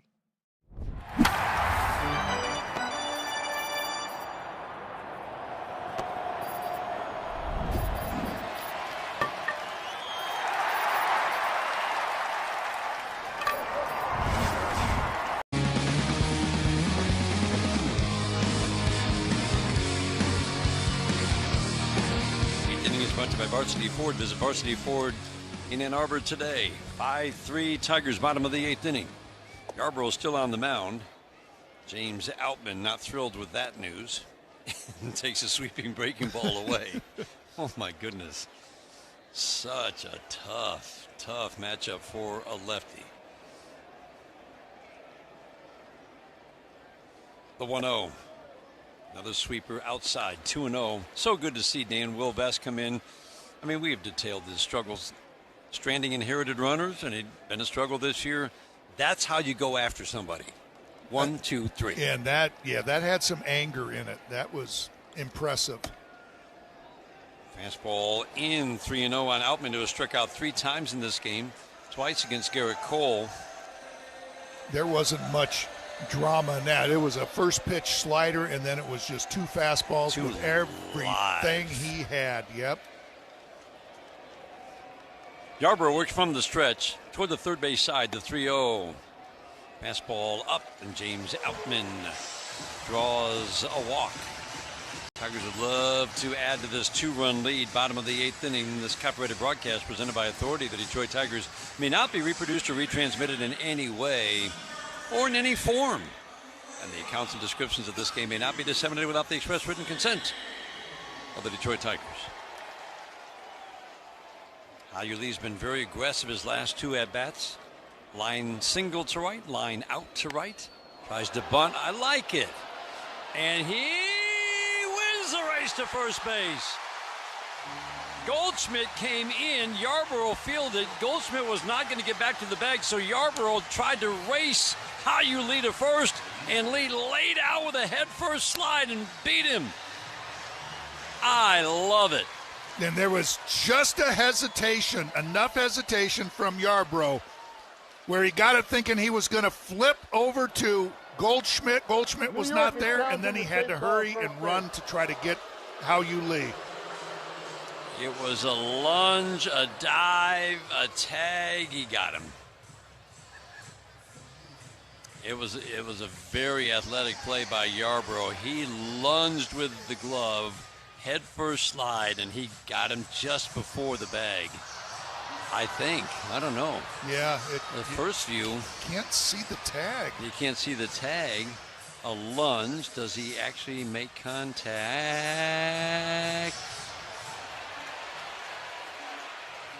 I think he does. His wrist kind of rolls over a little bit, meaning that he tags the leg and then it rolls over. It looks like before the hand gets there, but I think he got him. If they overturn this, I think it's the right call. Yeah. You can just see his wrist start to roll over. Oop. Yep. Yeah. That's a really good play by both of them. I love that how you lead bunted. And if he nothing was else, safe, he was going to advance the base runner. If he's safe, Zach McKinstry might lay one down too. Yeah. Here's Alan Porter. After review, the call on the field's overturned. The runner is out. New York will retain their challenge. It's the right call. I just like seeing strategic use of the bunt for a base hit. He's trying to bunt for a base hit right there. Almost got it, but at a minimum, he moved the runner 90 feet. That's the thing. So to go into the books as a sacrifice put out to the pitcher Yarbrough. And again, that's a very athletic play by Yarbrough. I just like the determination when I see pitchers make plays like that. You know, just the determination that they have to get an out. Zach McKinstry did show bunt, pulled the bat back. See if that brings Rosario in. He was in anyway. Now he's going to stay even the base at third. That base runner at second. The 1-0. Perfect cutter. Middle. 1 ball, 1 strike. 5-3 Tigers are in the bottom of the 8th inning. Tigers took 2 out of 3 in each of their 2 meetings of the Yankees last year here and in New York. Best team in the American League coming into this series. Tigers basically in must-win mode every single day. Sweeper low and away. The good hitters count for Zach McKinstry. Altman runs well. That's a big add-on run if the Tigers can get it at second. 2 lefties coming up in McKinstry, who's at the plate, and McGonigal, the 2-1. Perfect pitch. Cutter outside edge. 2 balls, 2 strikes. 5 runs, 9 hits for the Tigers. All 9 hits against Garrett Cole. 3 runs, 7 hits, 2 errors for the Yankees. Not a really strong defensive team. The 2-2. Whoa, way outside. Big sweeper at 73 away. You mentioned lefties, just 4 for 37 against Yarbrough, but he doesn't walk many lefties either. He's already walked 1.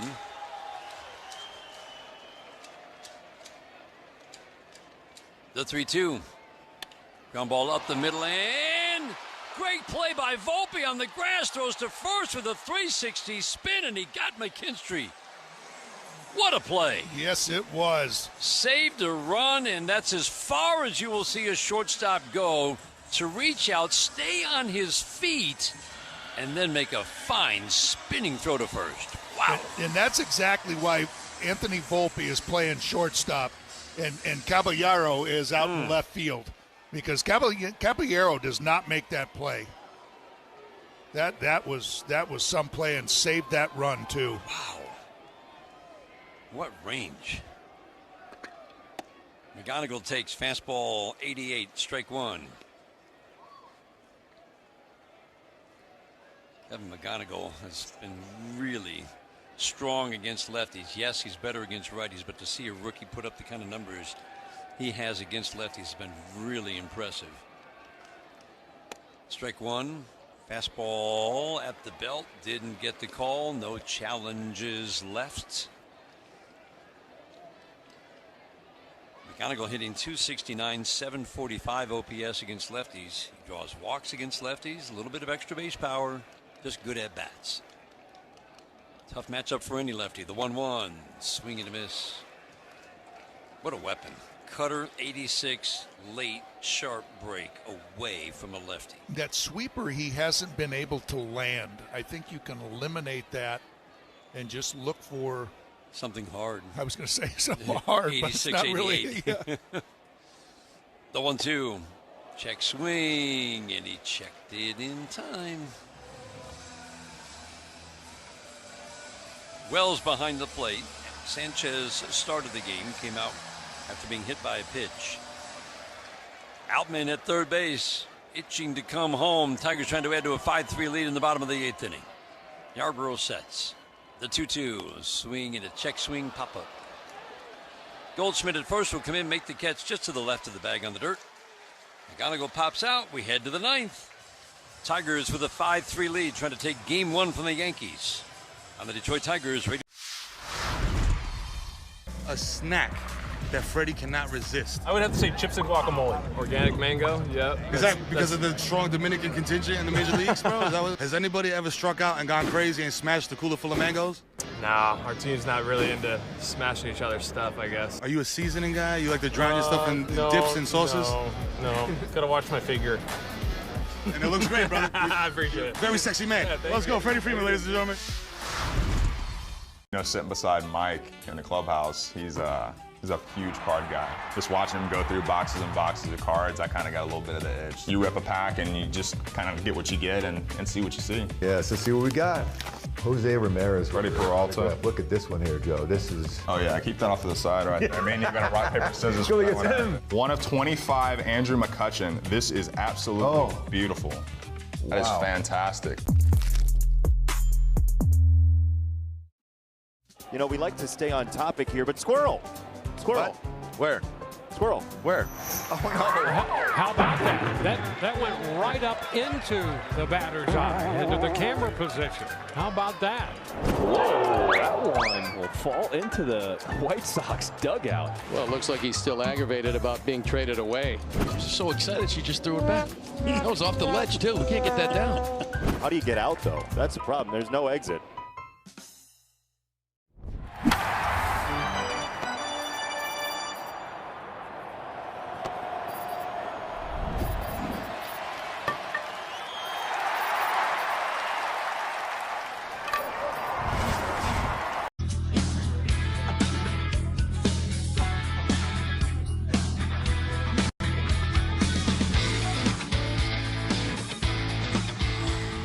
Inning is brought to you by Comerica Bank. If you want to elevate your small business's game, visit Comerica.com/succeed to learn how. Every Tigers home run this year is a Little Caesars Pizza home run. Order online for delivery or pizza portal pickup. Will Vest came in 1-2-3. 3 pitches, struck out Jason Dominguez, stranded 2 last inning. He's being asked to get the 8-9-1 hitters to close this one out. 5-3 Tigers in the 9th. Jose Caballero at the plate. First pitch fastball dots it at the bottom rail. Strike 1. Yeah, it would be nice to get this. Certainly the first 2 hitters out, but you don't want to have to face Ben Rice with a runner on. No. The strike 1. Swing and a foul. Ben Will Rice, Vest. fourth hitter, Ben Rice. Yeah, sorry. For all of his struggles, and again, there have been struggles stranding inherited runners. Where Will Vest shined the most last year when he was the mostly everyday closer. Soft ground ball over the mound, fielded by Hayulin near second. Easy flip to Torkelson. 6 pitches, 6 strikes, 2 outs recorded by Will Vest. The last out of last inning, the first out here in the 9th. But then he thrived in the 9th inning. And he hasn't had many opportunities in the 9th this year. I think he loves being on the mound right now to close this one out. Yeah, you can just just the way he went after that in the 8th inning. First pitch, slider a little bit low to the lefty Austin Wells, just off the injured list. Power threat from the left side, having a really tough year. Shot up the middle, and that's where Zach McKinstry is. Fields it on the dirt behind second, flips to Torkelson, 2 outs in the 9th. This is the best version of Will Vest. 24,000 plus get on their feet here at Comerica Park. 2 outs, bases empty in the 9th. Ahmed Rosario homered his last time up off Drew Anderson off a changeup. I don't think he's going to get a changeup here. I don't think so either. He might get a slider, but I don't see a changeup in his future. First pitch, fastball, got it on the outside corner, perfect. Jim Wolf is at a generous strike zone today. Best works from the middle of the rubber. Sets the strike one. Check swing. Did he go? Appeal to first. Alex McKay says no, he did not. The first ball thrown by Will Vest. Make it the second.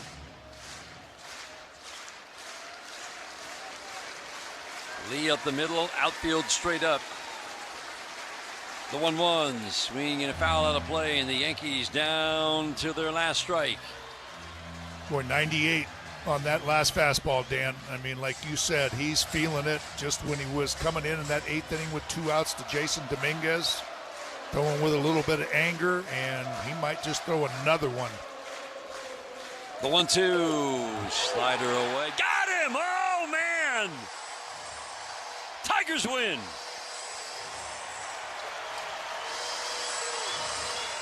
Will Vest closes it with a strikeout of Rosario, one of his best performances of the year. 4 up, 4 down for Will Vest. The Tigers get to Garrett Cole with some big swings in the 3rd, 4th, and 5th. That's how you start a series against the best team in the American League.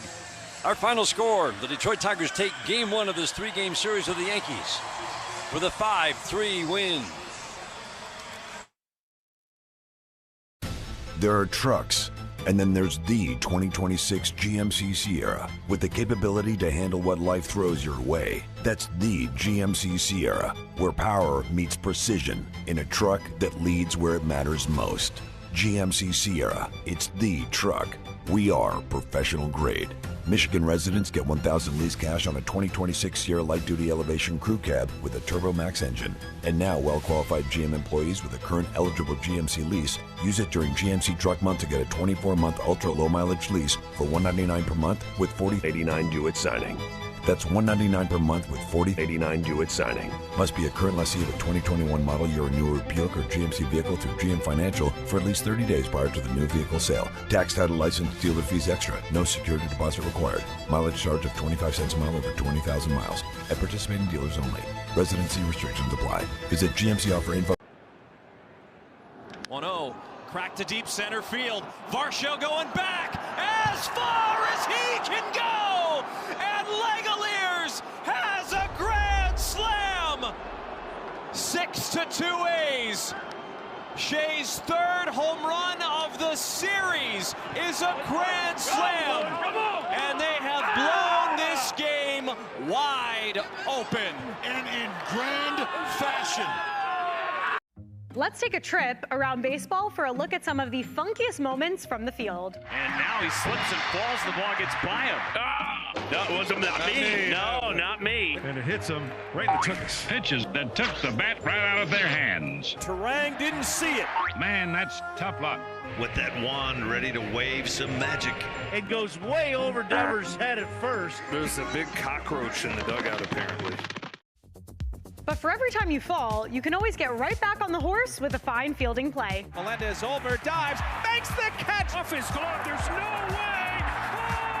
Oh, how about that? A sensational catch. By Ryan Waldschmidt. Torque meets railing, and Torque wins.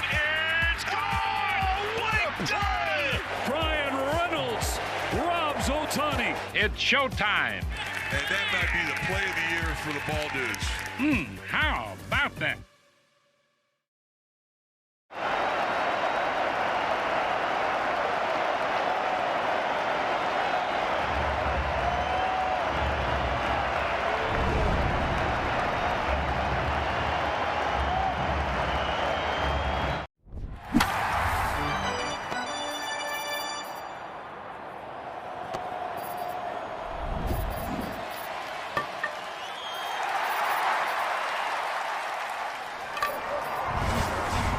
You love the Detroit Tigers. You love spending a day at Comerica Park. We also know what you don't love, standing in line. So we made a VIP entrance, so you could do more of the things you love and less of the things you don't. all you have to do is bank with Comerica. With your Comerica bank card, you'll feel like a VIP the moment you walk in, just like you do at our bank. Learn more at comerica.com/yourpark. Comerica Bank, a division of Fifth Third Bank N.A., member FDIC. At Comerica Bank, we've helped build some of America's most iconic companies. Now, we're bringing that same professional-grade expertise to today's builders. The kitchen table entrepreneurs, the first-time storefronts, and late-night dreamers with big ambitions. Because banking built for success shouldn't just be for big business. It should be for anyone building something that matters. Let's build something together at Comerica.com/succeed. Comerica Bank, a division of Fifth Third Bank N.A., member FDIC, equal opportunity lender. America's favorite place to watch sports just got even better. It's Stadium Swim at Circa Resort and Casino. Sports fans, you can catch all the action from all your favorite sports at a viewing experience built for the ultimate sports fan. Relax in one of the 6 pools on 3 levels. Perfect views of the massive big screen, just like the front row seat at the ballpark. Located at Circa Resort and Casino in downtown Las Vegas on Fremont Street. Stadium Swim. Book your spot today at circalasvegas.com. That's circalasvegas.com. This is Mark Snethkamp of the Snethkamp Automotive family. We've served Michigan customers for over 100 years. We opened our first dealership in 1926.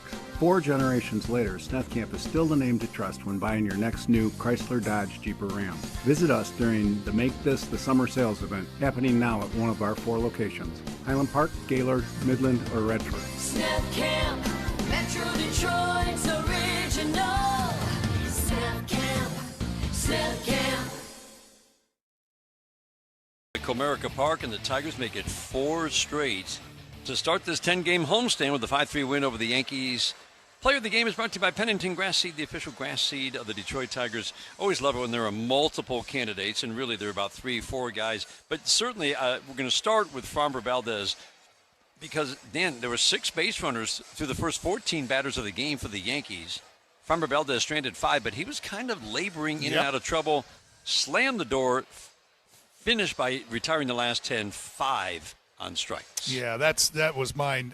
He had not had any success whatsoever against the Yankees in his career in 6 starts, 0-2 with a 7.22 ERA against Garrett Cole, who was 10-1 with a 1.8 ERA against the Tigers. This game did not look good on paper. But you just say, it's gonna even out at some point. And so Framber, getting his first win against the Yankees and against his former teammate in Garrett Cole, this was a big outing for Framber. And I just like when he came off, gave that crowd that little acknowledgement for the round of applause that they gave him. And again, a lot of good at-bats. Kevin McGonigal, another 2-hit game. Ho-hum, yeah. Feels like you could make him player of the game every game. Again, the quality of the at-bats. Just go back to the ground ball out, Dan, that scored a run. So many times, put it this way. There are a lot of times infield back, all you have to do is put the ball in play, and we see it, Tigers and other teams can't do it. He knew that all he had to do, put the ball in play, and he did that to get the run home. Right. Simple at bat, but he does this time and time again. And the thing is he's only been in the big leagues for 3 months, and it way beyond his years. Yep. And keep saying, he's so impressive, but how good is he going to get? As he gets more time, he sees more of these pitchers. And the Tigers did not score getting their leadoff hitter on in the first 2 innings. So if that